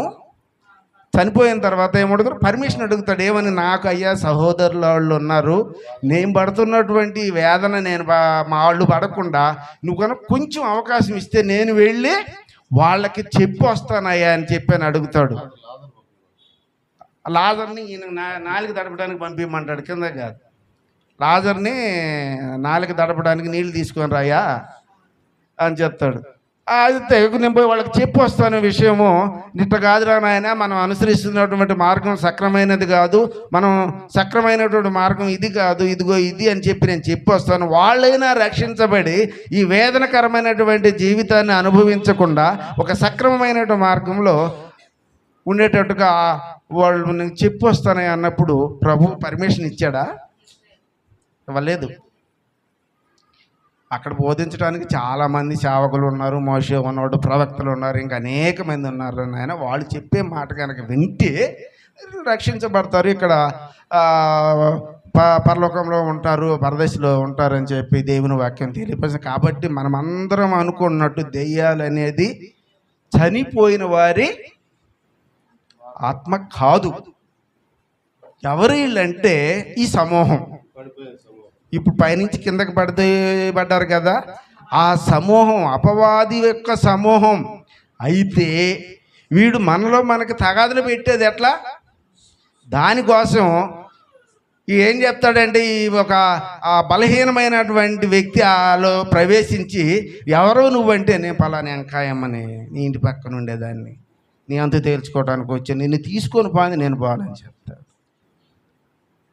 ఇప్పుడు వీళ్ళు పోతారు వాళ్ళ ఇంటి మీదకి కాదా, మీకుండా ఇట్లా మమ్మల్ని అల్లాడిస్తుంది, మీ ఇంట్లో ఉన్నటువంటి మమ్మల్ని పీడిస్తుంది, మేము ఏం చేసాం, అది చేసి ఇది చేసాం, వాళ్ళకి వీళ్ళకి తగ్గదు. అంటే గడిబిరి చేయటం సాతాను యొక్క పని. కాబట్టి మనం జాగ్రత్తగా గమనించాలి. వీళ్ళందరూ ఏంటంటే దేవుని నమ్మినట్లు ఉంటారు, కానీ ఈ హృదయాలు కఠినమైనటువంటి హృదయాలు, ఈ నేల మీదనే పడినటువంటి విత్తనాలు. కాబట్టి తేమకు మొలకెత్తుతుంది. క్రీస్తు అనే మాట మాత్రం తెలుసు, ఏదో నామకార్థంగా చర్చికి రావటం మాత్రం తెలుసు. ఈ వచ్చిన తర్వాత వాక్యాన్ని మాత్రం గ్రహించరు, వినరు, ఊరకు విన్నట్టుగా ఉంటారు కానీ వినరు. అందువలన ఈ వాక్యాన్ని గురించినటువంటి వివరణ వాడి మనసులోనికి చొరబడదు. యేసు ప్రభు కూడా ఒకసారి చూశారు దాన్ని. లూకాసు వార్త 10వ అధ్యాయము 18వ వచనం చూడండి. ఆకాశం నుంచి నేను సాతాను మెరుపు వలె పట్టం నేను చూశానని చెప్తాడు ఆయన. ఆకాశం నుంచి 10వ అధ్యాయము 18వ వచనంలో ఆయన సాతాను మెరుపు వలె ఆకాశం నుండి పడుట చూచి తిని అంటున్నాడు. చాలు. కాబట్టి మనకు గమనించుకోవాల్సింది ఏంటంటే, ఈడు గర్జించు సింహము వలె ఎవరిని మృంగుదునా అని ఎతుకులాడుతూ ఉన్నాడు ఈడు. ఆ కూరలో మనం చిక్కుకోకుండా ఆత్మీయంగా మనల్ని మనం బలపరుచుకొని వాక్యం అనేటటువంటి ఖడ్గం చేత దాన్ని ఎదిరించేటటువంటి వారంగా మనం ఉండాలి. వీళ్ళ కాడ ఈ కఠినమైనటువంటి హృదయాలు లేక వాక్యాన్ని చొరబడకుండా చేసేటటువంటి ఈ హృదయాలలో త్రోవ పక్కన పడబడినటువంటి వాటిలో ఇది లేదు, మొలకెత్తలేదు. కాబట్టి ఆ విశ్వాసం వీళ్ళకు ఉండదు. కాబట్టి సాతాను వచ్చి వాళ్ళల్లో ప్రవేశిస్తాడు. ఈ వాక్యాలలో కూడా చాలా చోట్ల చెప్పడం, దాన్ని ఒకసారి పారదోలిన తర్వాత మరలా వచ్చి చూస్తే ఖాళీగా ఉందంట అక్కడ. అంటే వీళ్ళు అక్కడ ఏమి నింపుకోలేదు, యేసుక్రీస్తుని నింపుకోలే. హృదయం ఖాళీగా ఉండటం చూసి ఇది ఒకటి పోయి 7 ఆత్మను తీసుకొని వచ్చిందంట ఇందులో నివాసం ఉండటానికి. ఎప్పుడైతే నువ్వు దేవుని వాక్యాన్ని నీ మనసులో భద్రపరచుకోకుండా దాన్ని ఫలించకుండా చేస్తున్నావో, అలాంటప్పుడు నీకు అబ్బేటటువంటి పద్ధతులు ఎన్ని కూడా వస్తుంటే సాతాను యొక్క పద్ధతులు మనకి అవలంబిస్తూ ఉంటాయి, వస్తూ ఉంటాయి మన మధ్యలో. అన్నీ కూడా సాతాను పద్ధతులే. మనం అనుకుంటున్నాం, నేను క్రీస్తుని నమ్ముకున్నాను, చర్చికి వెళ్తున్నాను, ప్రార్థన చేస్తున్నాను, ప్రార్థించబడుతున్నాను, మా దైవజేవకుడు మా గురించి ఎప్పుడు ప్రార్థన చేస్తుంటాడు అని చెప్పి మనం చెప్తున్నాం. కానీ ఇక్కడ మొలకలు లేవు. ఈ లోకం ఈ గడప దాటిన వెంటనే ఏమవుతుంది, ఇది మర్చిపోతున్నావు. ఇంకా చక్కగా చెప్పాలంటే దీని గురించి యాకోబు పత్రిక 1వ అధ్యాయం 23-24 వచనాలు చూడండి ఒకసారి. యాకోబు పత్రిక 1వ అధ్యాయము. ఎవడైనాను వాక్యమును విని వాడయుండి ఆ, దాని ప్రకారం ప్రవర్తింపనివాడైతే దాని ప్రకారము ప్రవర్తించని వాడైతే వాడు అబద్ధములో అర్థములో తన ముఖము సహజ ముఖమును ఆ, చూచుకొని మనుషుని పోలి ఉన్నాడు. మనుషుని పోలి ఉన్నాడు. సహజ ముఖమును చూసుకొనని సహజ ముఖమును చూసుకొనని మనుషుని పోలి ఉన్నాడు. ఆ, వాడు తన్ను చూచుకొని చూసుకొని పోయి అవతలికి పోయి నెట్టివాడు తానెట్టివాడు వెంటనే మర్చిపోను. వెంటనే మర్చిపోవును. ఇప్పుడు సపోజ్ మనం చూసుకున్నాం, అద్దంలో ఇట్లా ముఖం చూసుకున్నాము, ఎదురుగా అద్దాన్ని పెట్టుకొని ముఖాన్ని చూసుకున్నాం, పక్కకి వెళ్ళినాక ఏముంటుంది? వాడు అటువంటి వాడే మందిరానికి వస్తున్నాడు, వాక్యాన్ని వింటున్నాడు, ఈ గడప దాటంగానే దీన్ని వదిలిపోయి, అరే నేను అక్కడ పని వదిలేసి వచ్చానే, అక్కడ ఏదో పని చేసి పెట్టాను, వాడికి ఈ పని చెప్పి వచ్చాను, ఈ లోకంలో పడిపోతున్నాడు. గడప దాటిన వెంటనే పశువులు కూడా చూడండి, మేతకు తీసుకెళ్ళిన తర్వాత ఆ భూమిలో తిరిగేటప్పుడు ఆ గడ్డి మేసి సాయంత్రం ఇంటికి వచ్చి ఏం చేస్తుంటాయి?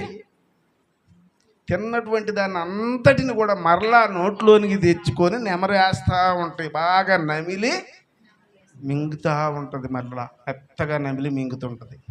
కానీ మనిషికి మాత్రం ఇంత జ్ఞానాన్ని ఇచ్చినా కూడా దేవుని వాక్యాన్ని నెమరవేయటం మాత్రం మర్చిపోతున్నాడు. గడప దాటిన వెంటనే మర్చిపోతున్నాడు. ఇక్కడ చెప్పబడుతున్నటువంటి వాక్యము కేవలం మీరు వినువారు మాత్రమే ఉండక అంటుంది వాక్యం. ఎలాంటి వారు? వినేటువంటి వారు మాత్రంగా ఉండకూడదు. విన్నటువంటి వాక్యాన్ని మీ హృదయాలలో భద్రపరుచుకొని వాక్యానుసారంగా ప్రవర్తించేటటువంటి వారై ఉండాలి. క్రియలలో దానిని కనబరచాలి. విన్నటువంటి వాక్యాన్ని క్రియలలో కనబరచాలి. అప్పుడే మీరు దేవుని బిడ్డలు, దేవునికి నమ్మకస్తులుగా ఉన్నట్టు లెక్క, మన దేవుల్లో ఉన్నట్లుగా లెక్క. అలా కాకుండా మనము దాన్ని అద్దంలో కనుక మన సహజ ముఖాన్ని మన ముఖాన్ని మనం చూసుకొని యువతలకు వస్తే అక్కడ అద్దం లేదు కాబట్టి ఏం కనపడదు? మన ముఖం మనకి కనపడదు. అలాగే వీళ్ళు కూడా ఏం చేస్తున్నారంటే ఇక్కడ దైవజనుడు ఉండి చెప్పబడినంతసేపు విన్నట్టుగా నటిస్తున్నారు, కానీ వాక్యాన్ని వినరు. గ్రహింప్రియుల మనసులో ఏదో ఉంటుంది, ఏదో ఆలోచిస్తూ ఉంటారు. ఈ వాకిలి దాటిన వెంటనే కిందకి వస్తూనే మర్చిపోతారు ఆ వాక్యాన్ని. సాతానుడు రెడీగా ఉంటాడు, బయట వచ్చి మింగేస్తాడు. అలాంటి వ్యక్తులు ఎవరైనా ఉన్నారేమో మనలో ఒకసారి జ్ఞాపకం చేసుకోండి. వీళ్ళందరూ బయట వాళ్ళు కాదండి. వాక్యం విత్తువాడు విత్తడానికి బయలుదేరినప్పుడు సహోదరులు అనేక చోట్ల విత్తుతూ ఉన్నారు. ఆ విత్తబడినటువంటి వాక్యాల్లో కొన్ని రకరకాలుగా పడ్డాయి. ఇక్కడ రెండో విత్తనం ఎక్కడ పడింది? 5-6 వచనాలు చూడండి.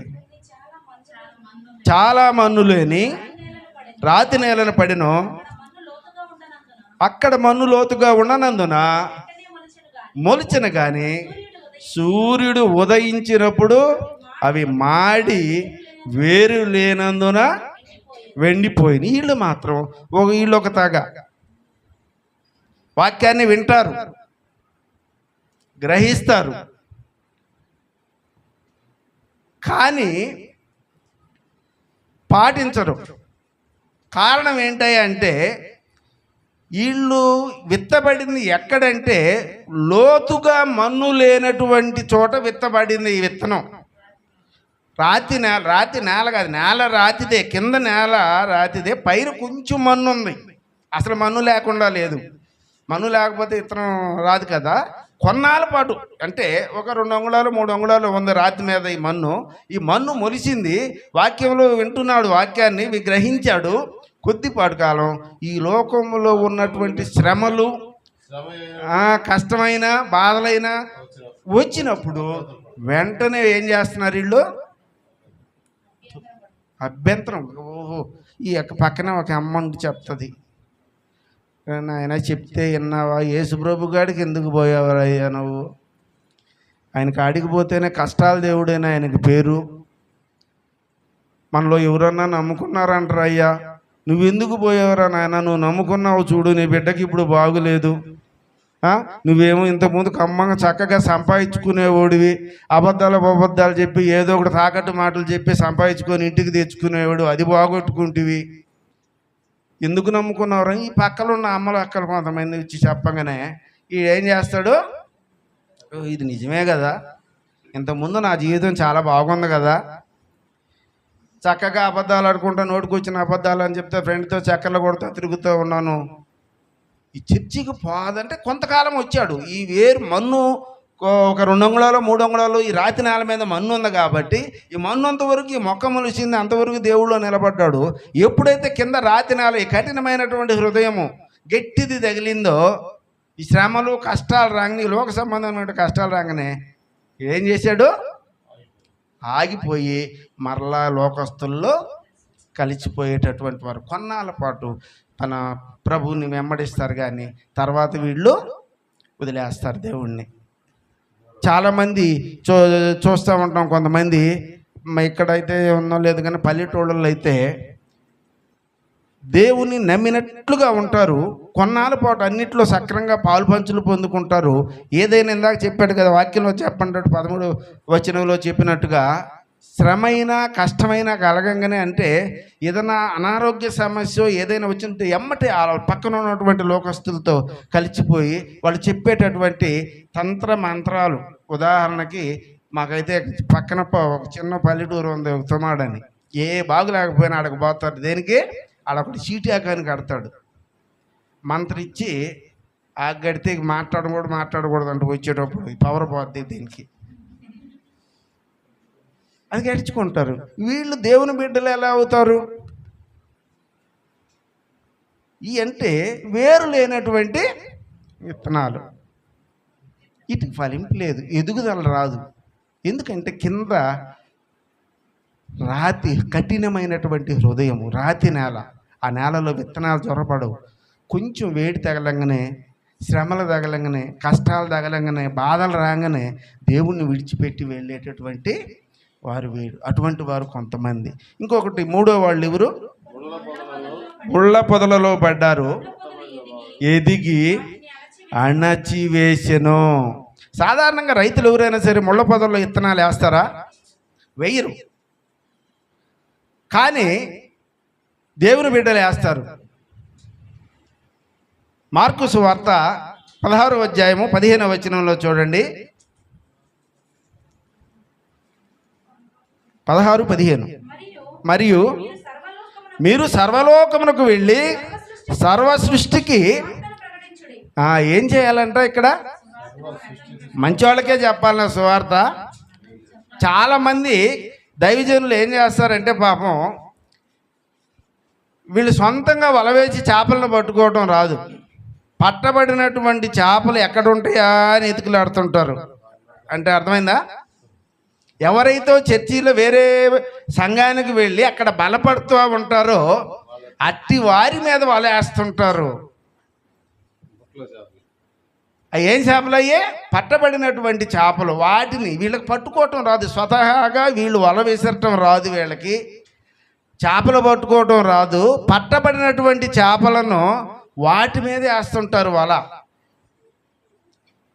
మీకు నెలకు ఒక 500 ఇస్తాం మా మందిరానికి వస్తేనో ఏదో లోక సంబంధమైన ధనాశ చూపించి విశ్వాసులను పోగు చేసుకునేటటువంటి వ్యక్తులు. వీళ్ళకి స్వతహాగా చేపలు పట్టడం రాదు, దేవుని బిడ్డలను ఏర్పాటు చేసుకోవటం రాదు. కానీ ఇక్కడ వాక్యం మనం చెప్పేది ఏంటిదంటే అందరికీ, మంచివారికి చెడ్డవారికి అందరికీ కూడా సువార్తను చెప్పాలి, ప్రకటించాలి. అందుకే ఈ త్రోవ పక్కన పడ్డ చోట విత్తనాలు చల్లుతున్నాం, ముళ్ళ పొదలు ఉన్న చోట విత్తనాలు చల్లుతున్నాం, సారవంతమైనటువంటి భూమిలోను ప్రతి చోట, అన్ని చోట్ల కూడా ఈ భూమి ఎక్కడైతే ఉన్నదో, జనాభా ఎక్కడైతే నివసిస్తున్నారో అట్టి ప్రతి చోట కూడా సువార్తను ప్రకటించాలి. ప్రతి మారుమూల ప్రదేశంలో కూడా వెళ్ళి సువార్తను ప్రకటించాలి. మీరు వెళ్ళి సర్వలోకమును సర్వ సృష్టికి సువార్తను ప్రకటించు. ప్రతి చోట కూడా సువార్తను ప్రకటించాలి. అక్కడ ఏ విత్తనం మొలకేస్తుందో, ఏ విత్తనం పాడైపోతుందో, ఏవి ముళ్ళ పొదల్లో చిక్కుకుంటున్నావనేది తర్వాత సమస్య. ప్రతి చోట కూడా దేవుని వాక్యాన్ని దైవజనులు ఈరోజు విత్తుతున్నారు. దేవుని వాక్యం ప్రసారం కానటువంటి ప్రదేశం ఏదైనా ఉన్నదా అంటే ప్రస్తుతానికి లేదని చెప్పుకోవచ్చు. ఎందుకంటే సెల్ ఫోన్ల ద్వారా కావచ్చు, టీవీల ద్వారా కావచ్చు, కరపత్రాల ద్వారా కావచ్చు, సౌండ్ సిస్టాల ద్వారా కావచ్చు, ప్రతి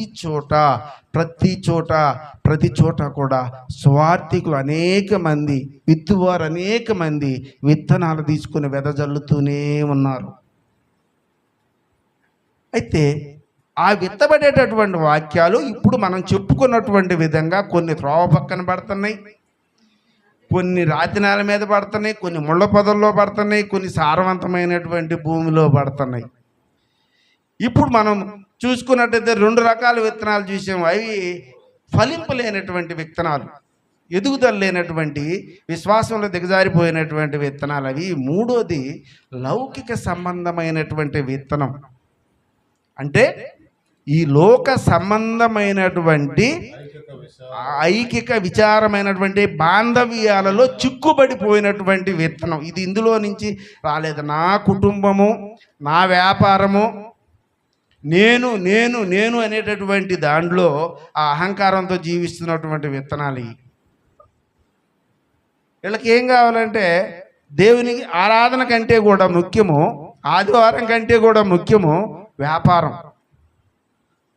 ఆదివారం వచ్చిందంటే అక్కడ ఏం పని లేకపోతే చర్చికి వస్తారు, ఖాళీగా ఉండేది ఎందుకని.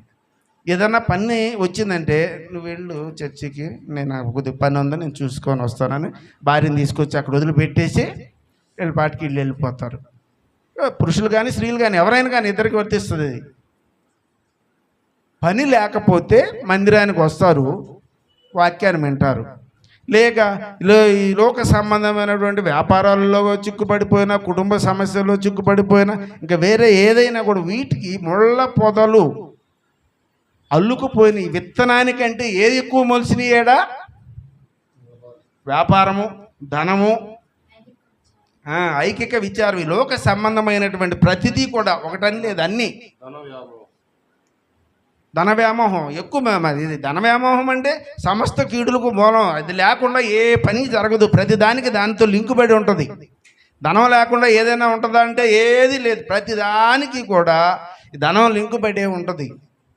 అలాంటి బంధాల్లో చిక్కుపడిపోయినటువంటి వారు ఈ మూడో వాళ్ళు. అటు వారు ఫలింపు లేదు, ఎదుగుదల లేదు. ఎందుకంటే వీళ్ళ మీద ఏముంది? నేల మంచిదే, పనికిరానటువంటి వాడు, నిష్ఫలుడు, పనికిరానటువంటి వాడు, పైకి ఎదగలేనటువంటి వాడు. పైన అన్నీ కూడా ఈ చెట్లు, ఏర్లు అల్లుకుపోయి ఉన్నాయి, ముళ్ళ పొదలు, ముళ్ళ చెట్లు అల్లుకుపోయి ఉన్నాయి. అందువల్ల పైకి క్రీస్తులో ఎదిగలేకపోతున్నాడు. వాక్యాన్ని వింటున్నాడు, గ్రహిస్తున్నాడు, కానీ అది మనసులో ఆచరణలో పెట్టలేనటువంటి వ్యక్తి ఈ మూడో వ్యక్తి. ఎందుకంటే ఇతని చుట్టూ ఈ లోక సంబంధమైనటువంటి బాంధవ్యాలలో చిక్కుకొని ఉన్నాడు. ఇతను ధన వ్యామోహం కావచ్చు, ఏ కుటుంబ బాంధవ్యాలు కావచ్చు, బాధ్యతలు కావచ్చు, సంథింగ్ ఏదైనా కావచ్చు, కానీ వీటిల్లో చిక్కుబడి వాక్యములో ఎదగలేనటువంటి వ్యక్తి ఈ మూడో వ్యక్తి. ఇంకొక వ్యక్తిని మనము చూసినట్టయితే మంచి నేలను పడినటువంటి, వాక్యాన్ని విని గ్రహించువాడు. అట్టివాడు సఫలులై ఒకడు 100 అంతలుగాను, ఒకడు 60 అంతలుగాను, ఒకడు 30 అంతలుగాను. ఇది ఎక్కడ పడిన విత్తనం? ఇది మంచి నేల. ఇది చక్కగా దున్నబడినటువంటి నేల, బాగా చదును చేసినటువంటి నేల, కలుపు లేకుండా కంప్లీట్గా ఏరు వేసినటువంటి నేల ఇది. ఇక్కడ ఆ విత్తబడినటువంటి వాక్యము ఫలించింది. ఎంతగా ఫలించింది అంటే వినేటటువంటి వారి విశ్వాసాన్ని బట్టి 100 అంతలుగా, కొంతమందిలో 100%, 100కు 100% ఫలిస్తుంది. కొంతమందిలో 50%, కొంతమందిలో 25%. వీళ్ళ విశ్వాసాన్ని బట్టి, వీళ్ళు వినేటటువంటి గ్రహింపుని బట్టి, వీళ్ళ ఉన్నటువంటి మానసిక స్థితిని బట్టి ఫలింపు వస్తుంది వీళ్ళకి. వీళ్ళు బాగా మంచిగా ఫలించినటువంటి వాళ్ళు. వీళ్ళ గురించి మనం ఇంత ముందుసారి మనం ఒకసారి చెప్పుకున్నాం. తలాంతులు దేవుడు ఇచ్చిన దాన్ని బట్టి ఫలింపు ఎలా ఉంటుంది అనేది, వాళ్ళ యొక్క బాధ్యతల్ని ఎలా నెరవేరుస్తారు అనేది. ఈ ఫలించినటువంటి వారు ఎలాంటి వారంటే 23వ వచనం చూడండి, మత్తయి సువార్తలోనే 23వ వచనం.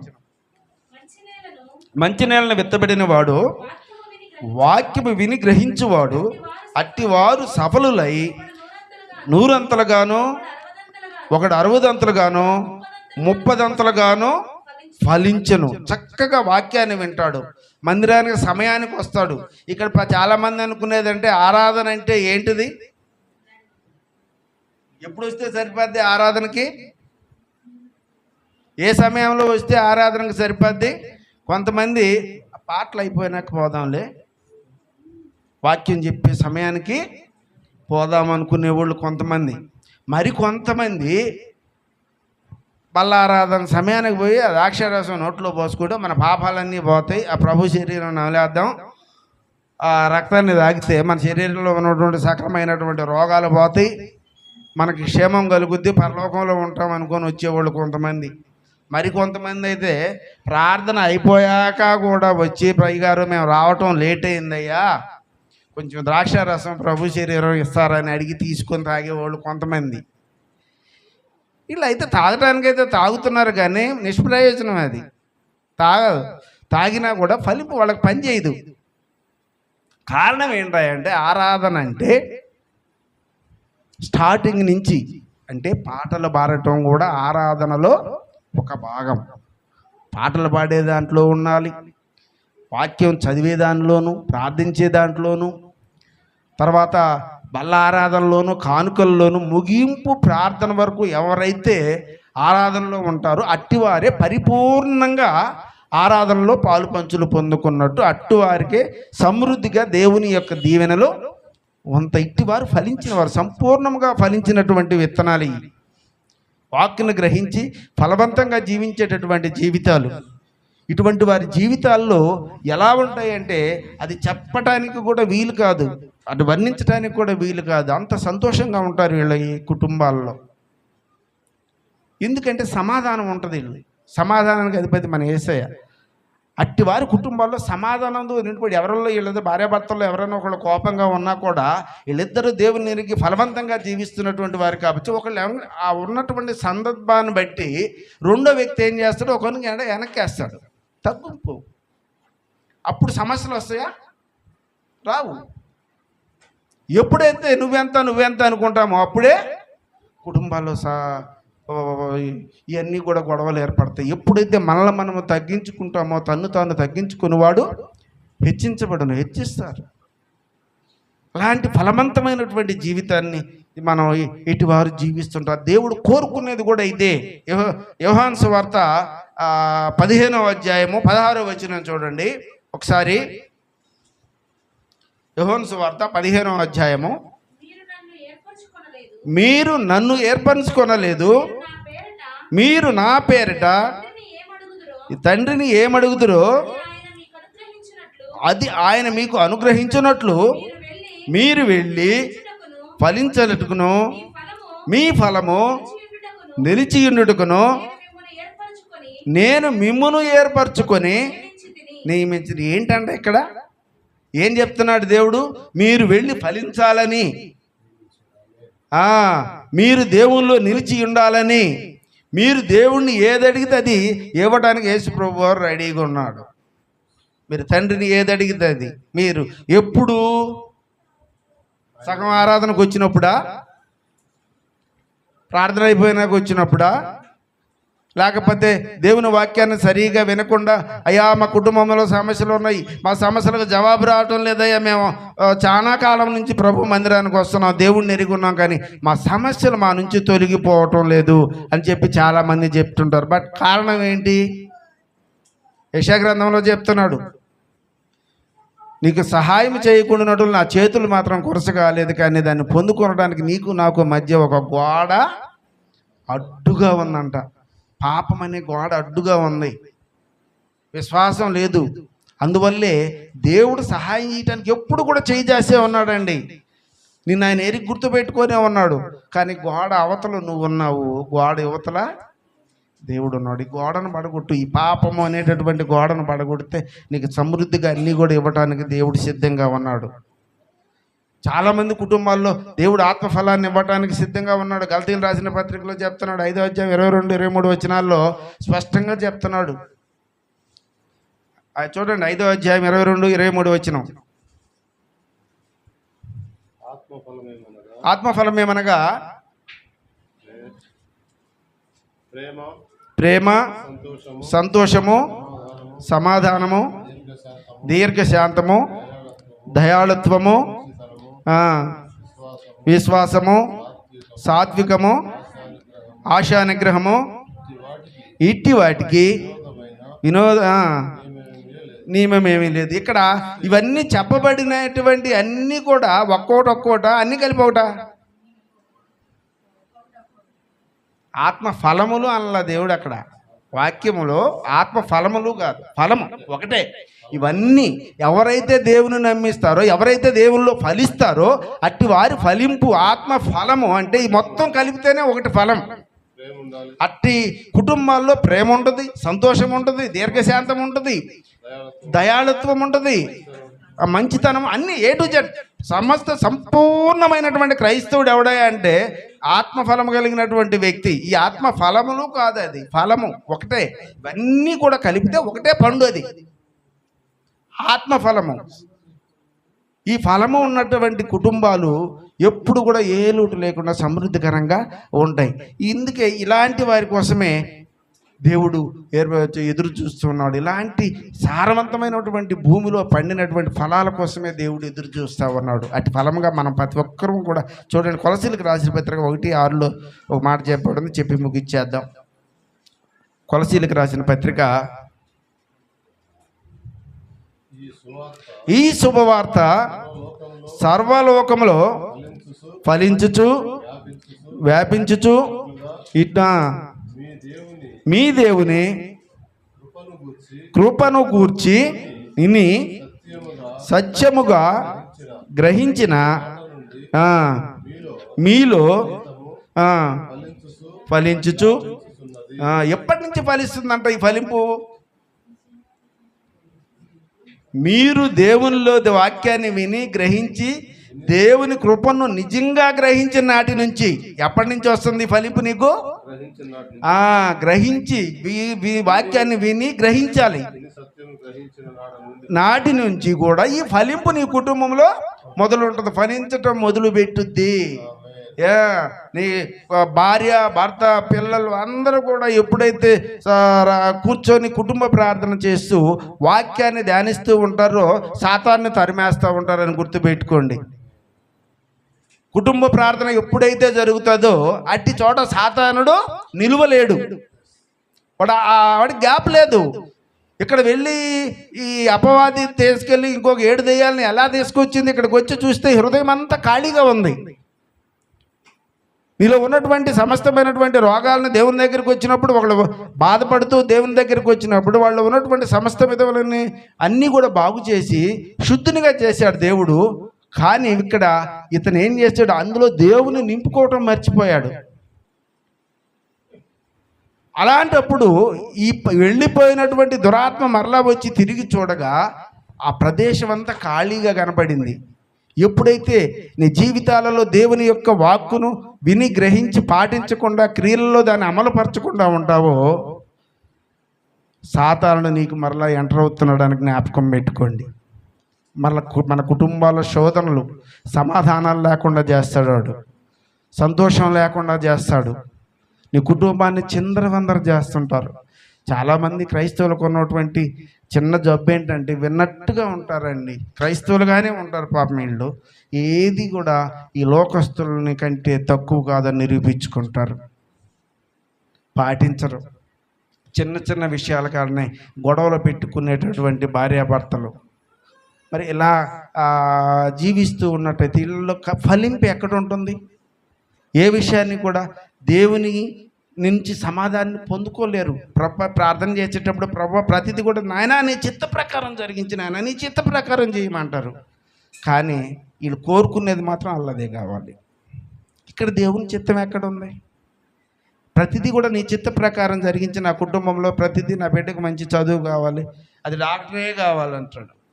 డాక్టర్ కావాలనో ఇంజనీర్ కావాలనో ఇంకొకటి కావాలనో దేవునికి సేవ చేసేవాడు కాదు. దేవుని చిత్తానికి అప్పగించినప్పుడు నువ్వు మళ్ళీ ఇంకో దాని పేరు చెప్పకూడదు. పేరు చెప్తే నువ్వు దేవుని చిత్తం ఎట్లా అవుతుంది? అది నీ కోరిక అవుతుంది, అంతేగాని దేవుని చిత్తం కాదు. ఇవి దేవుని బిడ్డలుగా అంగీకరించబడ్డామో మేము అన్ని చెప్పుకుంటూ దేవునికి దూరస్తులుగా జీవిస్తున్నటువంటి జీవితాలు దేవుని చిత్తం అయితే దీని గురించి సపరేట్గా ఓ సబ్జెక్ట్ తర్వాత సమయం ఎప్పుడైనా కనుక మరలా ఈ సన్నిధానికి దేవుడు కనుక నడిపిస్తే దాని గురించి చర్చించుకుందాం. అలాంటి విత్తనాలు ఇప్పుడు చెప్పబడినటువంటి ఏ విత్తనంలో మనం ఉన్నామో మనల్ని మనము నెమరు వేసుకుందాం ఒకసారి. ఎలాంటి విత్తనంగా నీవు ఉన్నావు? మొదటి విత్తనం ఎలాంటిది? అది త్రోవ పక్కన పడ్డటువంటి విత్తనం. అది పైనే ఉంది, భూమి పైనే ఉంది, అది త్రోవ పక్కన పడింది. అలాగే ఇలాగ మైక్ శబ్దాలు పెట్టుకుని ఇక్కడంటే చెప్పడానికి వీల్లేదు. పల్లెటూళ్ళలో అయితే పైన ఆ యూనిట్లు పెడతాం, పల్లెటూళ్ళలో అందరికి వినిపిస్తుంటుంది, సువార్త వినిపిస్తుంటుంది. ఆ ఇళ్ళ పక్కన ఉన్న వాళ్ళందరూ చాలా కాలం నుంచి ఆ చుట్టుపక్కల ఉన్నవాళ్ళు చర్చి మందిరం కట్టిన దగ్గర నుంచి వాళ్ళు ఉంటారు కదా, ఈ సువార్త వాళ్ళకు వినపడదు, గ్రహింపు ఉండదు. అంతలో యూనిట్లు పెట్టి అంత పెద్దగా స్వార్థం చెప్తున్నా కూడా దేవుని అంగీకరించినటువంటి మనస్తత్వం, కఠినమైనటువంటి మనస్తత్వంతో వాళ్ళు జీవిస్తూ ఉన్నారు. రెండో వాళ్ళు రాతి నేలన పడ్డటువంటి విత్తనాలు. కొంతవరకు ఏదన్నా శోధన కలిగినప్పుడు వస్తారు, ఏదైనా అనారోగ్యంతోనో వ్యాధి కలిగినప్పుడు దేవుని మందిరానికి వస్తారు, స్వస్థత పొందుకుంటారు, కొన్నాళ్ళ పాటు అలాగే దేవునిలో మహిమగా ఉంటారు. కానీ ఏదైనా కష్టం బాధ కలగంగానే విడిచిపెట్టి మరలా లోకస్తులో కలిగిపోయేవాళ్ళు రెండవ రకం. మూడో రకం సారవంతంగా దేవుళ్ళు ఉన్నట్టుగానే ఉంటారు, కానీ వీళ్ళకు ఉన్నటువంటి లోక సంబంధమైనటువంటి ధనాశ కావచ్చు, వ్యామోహాలు, ఏదైనా ఇహలోక బాంధవ్యాలు అన్నీ కూడా వాళ్ళని చుట్టుముట్టుకొని ఒక ముళ్ళ పొద మాదిరిగా అల్లుకొని వీళ్ళ విశ్వాసం కంటే కూడా బలంగా ఈ ముళ్ళ చెట్లు నాటుకుపోయినందువల్ల వీళ్ళు ఎదగలేకపోతారు. ఎక్కడ వేసిన గొంగలు అక్కడే ఉంటుంది. ఇది ఆ విశ్వాసం ఎదుగుదల లేదు. 1వ తరగతి పిల్లోడు వాడికి వయసు మీరిన తర్వాత కూడా 1వ తరగతిలోనే ఉంటే వాడిని ఏమని ఆలోచించాలి? వాడికి మైండ్ మెచ్యూరిటీ కాలేదు.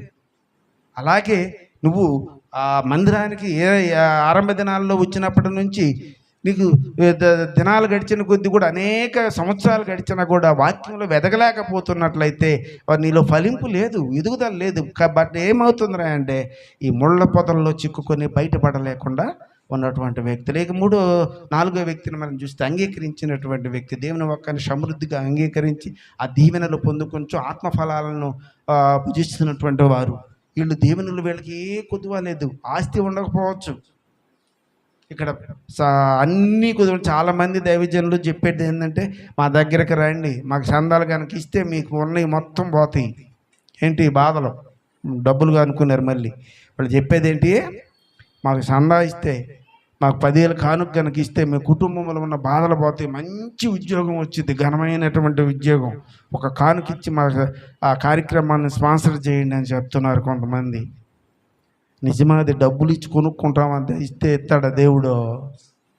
అపోస్తులైన పౌలు దగ్గరికి సూచక్రియలు చేస్తుంటే ఒక ఆయన పోతాడు, తాంత్రికుడు పోయి నేను డబ్బులు ఇస్తాను, నాకు ఆ విద్య నేర్పమంటాడు.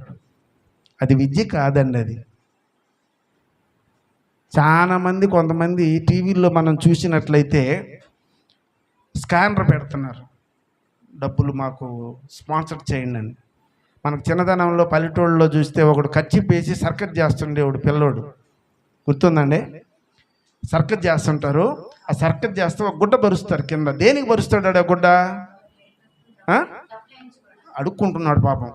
అతనికి ఉన్నటువంటి స్థితిని బట్టి వాడికి వీడికి ఏమన్నా తేడా ఉందండి? వాడు కచ్చిపేసి కష్టపడి ఇంకా జనాన్ని వినోదపరిచి వాడికి ఇది చేస్తూ ఉంటే వీడికి స్కానర్ పెట్టి టీవీ మీద డబ్బులు అడుక్కుంటున్నారు. బైబిల్ చెప్తుంది దేవునికి కానుక ఇవ్వాలి. ఆ కానుక ద్వారానే సంఘం నడపబడాలి, ఆ కానుక ద్వారానే దైవజనుడు పోషించబడాలి. బట్ అయితే నేను అప్పు చేసి మళ్ళా ఇవ్వకపోతే నువ్వు శాపగ్రస్తుడివి కావు. వాక్యం నీ శక్తి కొలది దశంభాగం ఇస్తావా? నీకు ఇంకా శక్తి ఉంటే అంతకంటే పెంచి నీ శక్తి కొలది ఎంతైనా ఇవ్వచ్చు. దేవునికి 1,00,000 ఇవ్వచ్చు, 2 లక్షలు ఇవ్వచ్చు, లేకపోతే ఒట్టిగా వచ్చి కూర్చొని కూడా వెళ్ళిపోవచ్చు. పేదరాలైనటువంటి ఆ విధవరాలు వేసిన కానుక దీవించబడిందా? ధనవంతులు వేసినటువంటి కానుకలు దీవించబడ్డాయా? ఆ పేదరాలు వేసినటువంటి కానుక దీవించబడింది. ఎందుకంటే ఆమెకు ఉన్నదంతా అదే, ఇంకేం లేదు. అది వేస్తే ఇంటికి పోతే ఏం తినాలో కూడా ఆమెకు తెలియదు. అయినా కూడా దేవుని మీద ఉన్నటువంటి ప్రేమతో ఆ కానుక వేసింది, ఫలించింది. కానీ నీ శక్తి కొలది దేవునికి వెయ్యి. అంత మాత్రాన నిన్ను బాధ పెట్టి భయపెట్టి అలా చేయకూడదనేది దేవుని వాక్యం సెలవిస్తుంది. పాత నిబంధన కాలంలో ధర్మశాస్త్రం ప్రకారం నీకు దశమ భాగం ప్రకారం నీ ఇమ్మన్నారు. కొత్త నిబంధన కాలంలో నీ శక్తి కొలది దేవునికి కానుకలు. అది ఎంత అయినా కావచ్చు, దశమ భాగం కాదు, అంతకంటే పెంచు.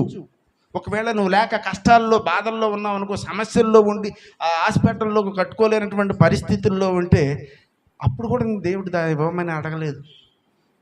ఆయనకి తెలుసు సంఘాన్ని ఏ విధంగా పైకి తీసుకురావాలనో, సంఘాన్ని ఏ విధంగా అభివృద్ధి పరచాలనో. అయితే ఎట్టి పరిస్థితుల్లో కూడా ఉండి గనక లేకపోయినట్లయితే, ఇవ్వకపోయినట్లయితే శాపగ్రస్తులు అవుతారు. జ్ఞాపకం ఉంచుకోండి. ఎందుకు? సంఘము ఎలా పోషించబడాలంటే మీరు ఇచ్చే కానుకలతోటే సంఘం పోషించబడాలి. సంఘంలో ఉన్న దైవజనులు మీ ద్వారానే పోషింపబడాలి. సంఘాన్ని ఇంకా విస్తరింపచేయాలి. అనేక చోట్ల సువార్తలు ప్రకటించాలంటే డబ్బు అవసరం.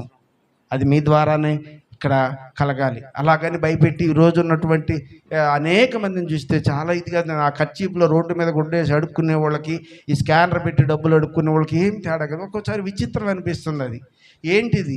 జనాన్ని భయపెట్టడం. కొంతమంది చెప్తున్నారు, అంటే డబ్బులు ఇచ్చినోడే దీవెన పొందుకుంటాడా అండి? డబ్బులు ఇచ్చినోడే పొందుకుంటాడా దీవెన? డబ్బులు ఇవ్వకపోతే డబ్బులు లేనోడు ఇక నా దేనికి పనికిరాడా?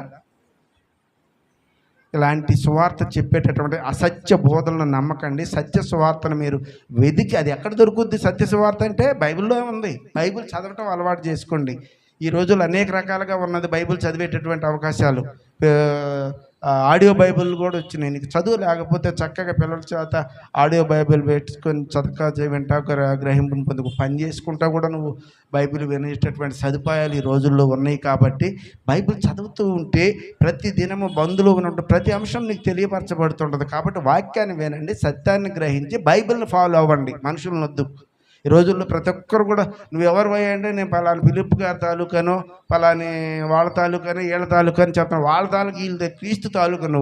నిన్ను కొన్నదెవరు? ఆయన డబ్బులు పెట్టి, ఆయన రక్తం దారపోసి నిన్ను కొన్నది యేసుప్రభు వారు.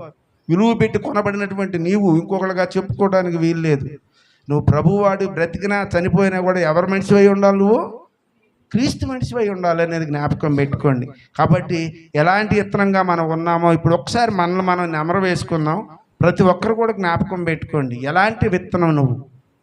ఇప్పుడు చెప్పబడినటువంటి 4 రకాల విత్తనాల్లో ఏ విత్తనంగా నీవు ఉన్నావో ఒకసారి నిన్ను గ్రహించుకోవాలని, యథార్థమైనటువంటి క్రీస్తు రాకడ సమయంలో ఏ విత్తనం అయితే ఎత్తబడుద్దో ఆ విత్తనంగా మనం ఉన్నామా లేదా అనేది నిన్ను నువ్వు ఒకసారి గుర్తుకు చేసుకొని అట్టి యథార్థమైన క్రైస్తవుడిగా, క్రైస్తవురాలుగా జీవించాలని కోరుకుంటూ ఈ వాక్యాన్ని ఇంతటితో ముగిస్తూ ఉన్నాను.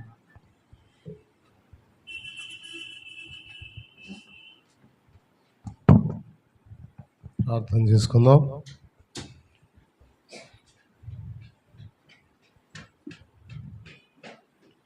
విని సత్యముగా గ్రహించిన నాట నుండి మీలో సైతము ఫలించుసు వ్యాపించుచున్నది. ఈ వాక్యము ప్రభువా మా జీవితాల్లో మంచి నేలన పడిన విత్తనముగా ఫలించినట్లుగా, ఈ లోకంలో ఐహిక విచారాలు మాలో లేకుండా, త్రోవ పక్కన పడిన ఆయన అటు ఇటు ఆయన పక్షులు ఎత్తకపోయినట్టు కాకుండా, రాతి నేలన పడి మొలిసి కష్టం వచ్చినప్పుడు తప్పిపోకుండా, ముళ్ళ పొదల్లో చిక్కుకొని నాయన మేము అణిగిపోకుండా మంచి నేలన పడి 60 దంతలుగాను 30 దంతలుగా 100 దంతలుగా ఫలించినట్లుగా మా హృదయాలు, మా జీవితాలు, మా కుటుంబాలు ఆ విధంగా ఆశీర్వదించబడినట్లుగా మమ్మల్ని అందరినీ మీ కృపాస్తాలను అప్పచెప్పుకుంటూ, ప్రభా ఈ మాటల్లో ఎక్కడన్నా దోషాలుంటే క్షమించి, మేము నాయన మీలో ఫలించుటకు కావాల్సిన సిద్ధపాటు గలవారమై ముందుకు సాగునట్లుగా మమ్మల్ని అందరినీ మరోసారి మీ కృపాస్తాలను అప్పచెప్పుకుంటూ, ఈ వాక్యాలు నాయన అలాంటి ఫలించే వారిగా మేము ఉండటానికి సహాయం చేయమని కోరుకుంటూ యేసయ్య ఉన్నత నామమున ప్రార్థించి వేడుకొంచున్నాము తండ్రి, ఆమేన్. ఈ సమయంలో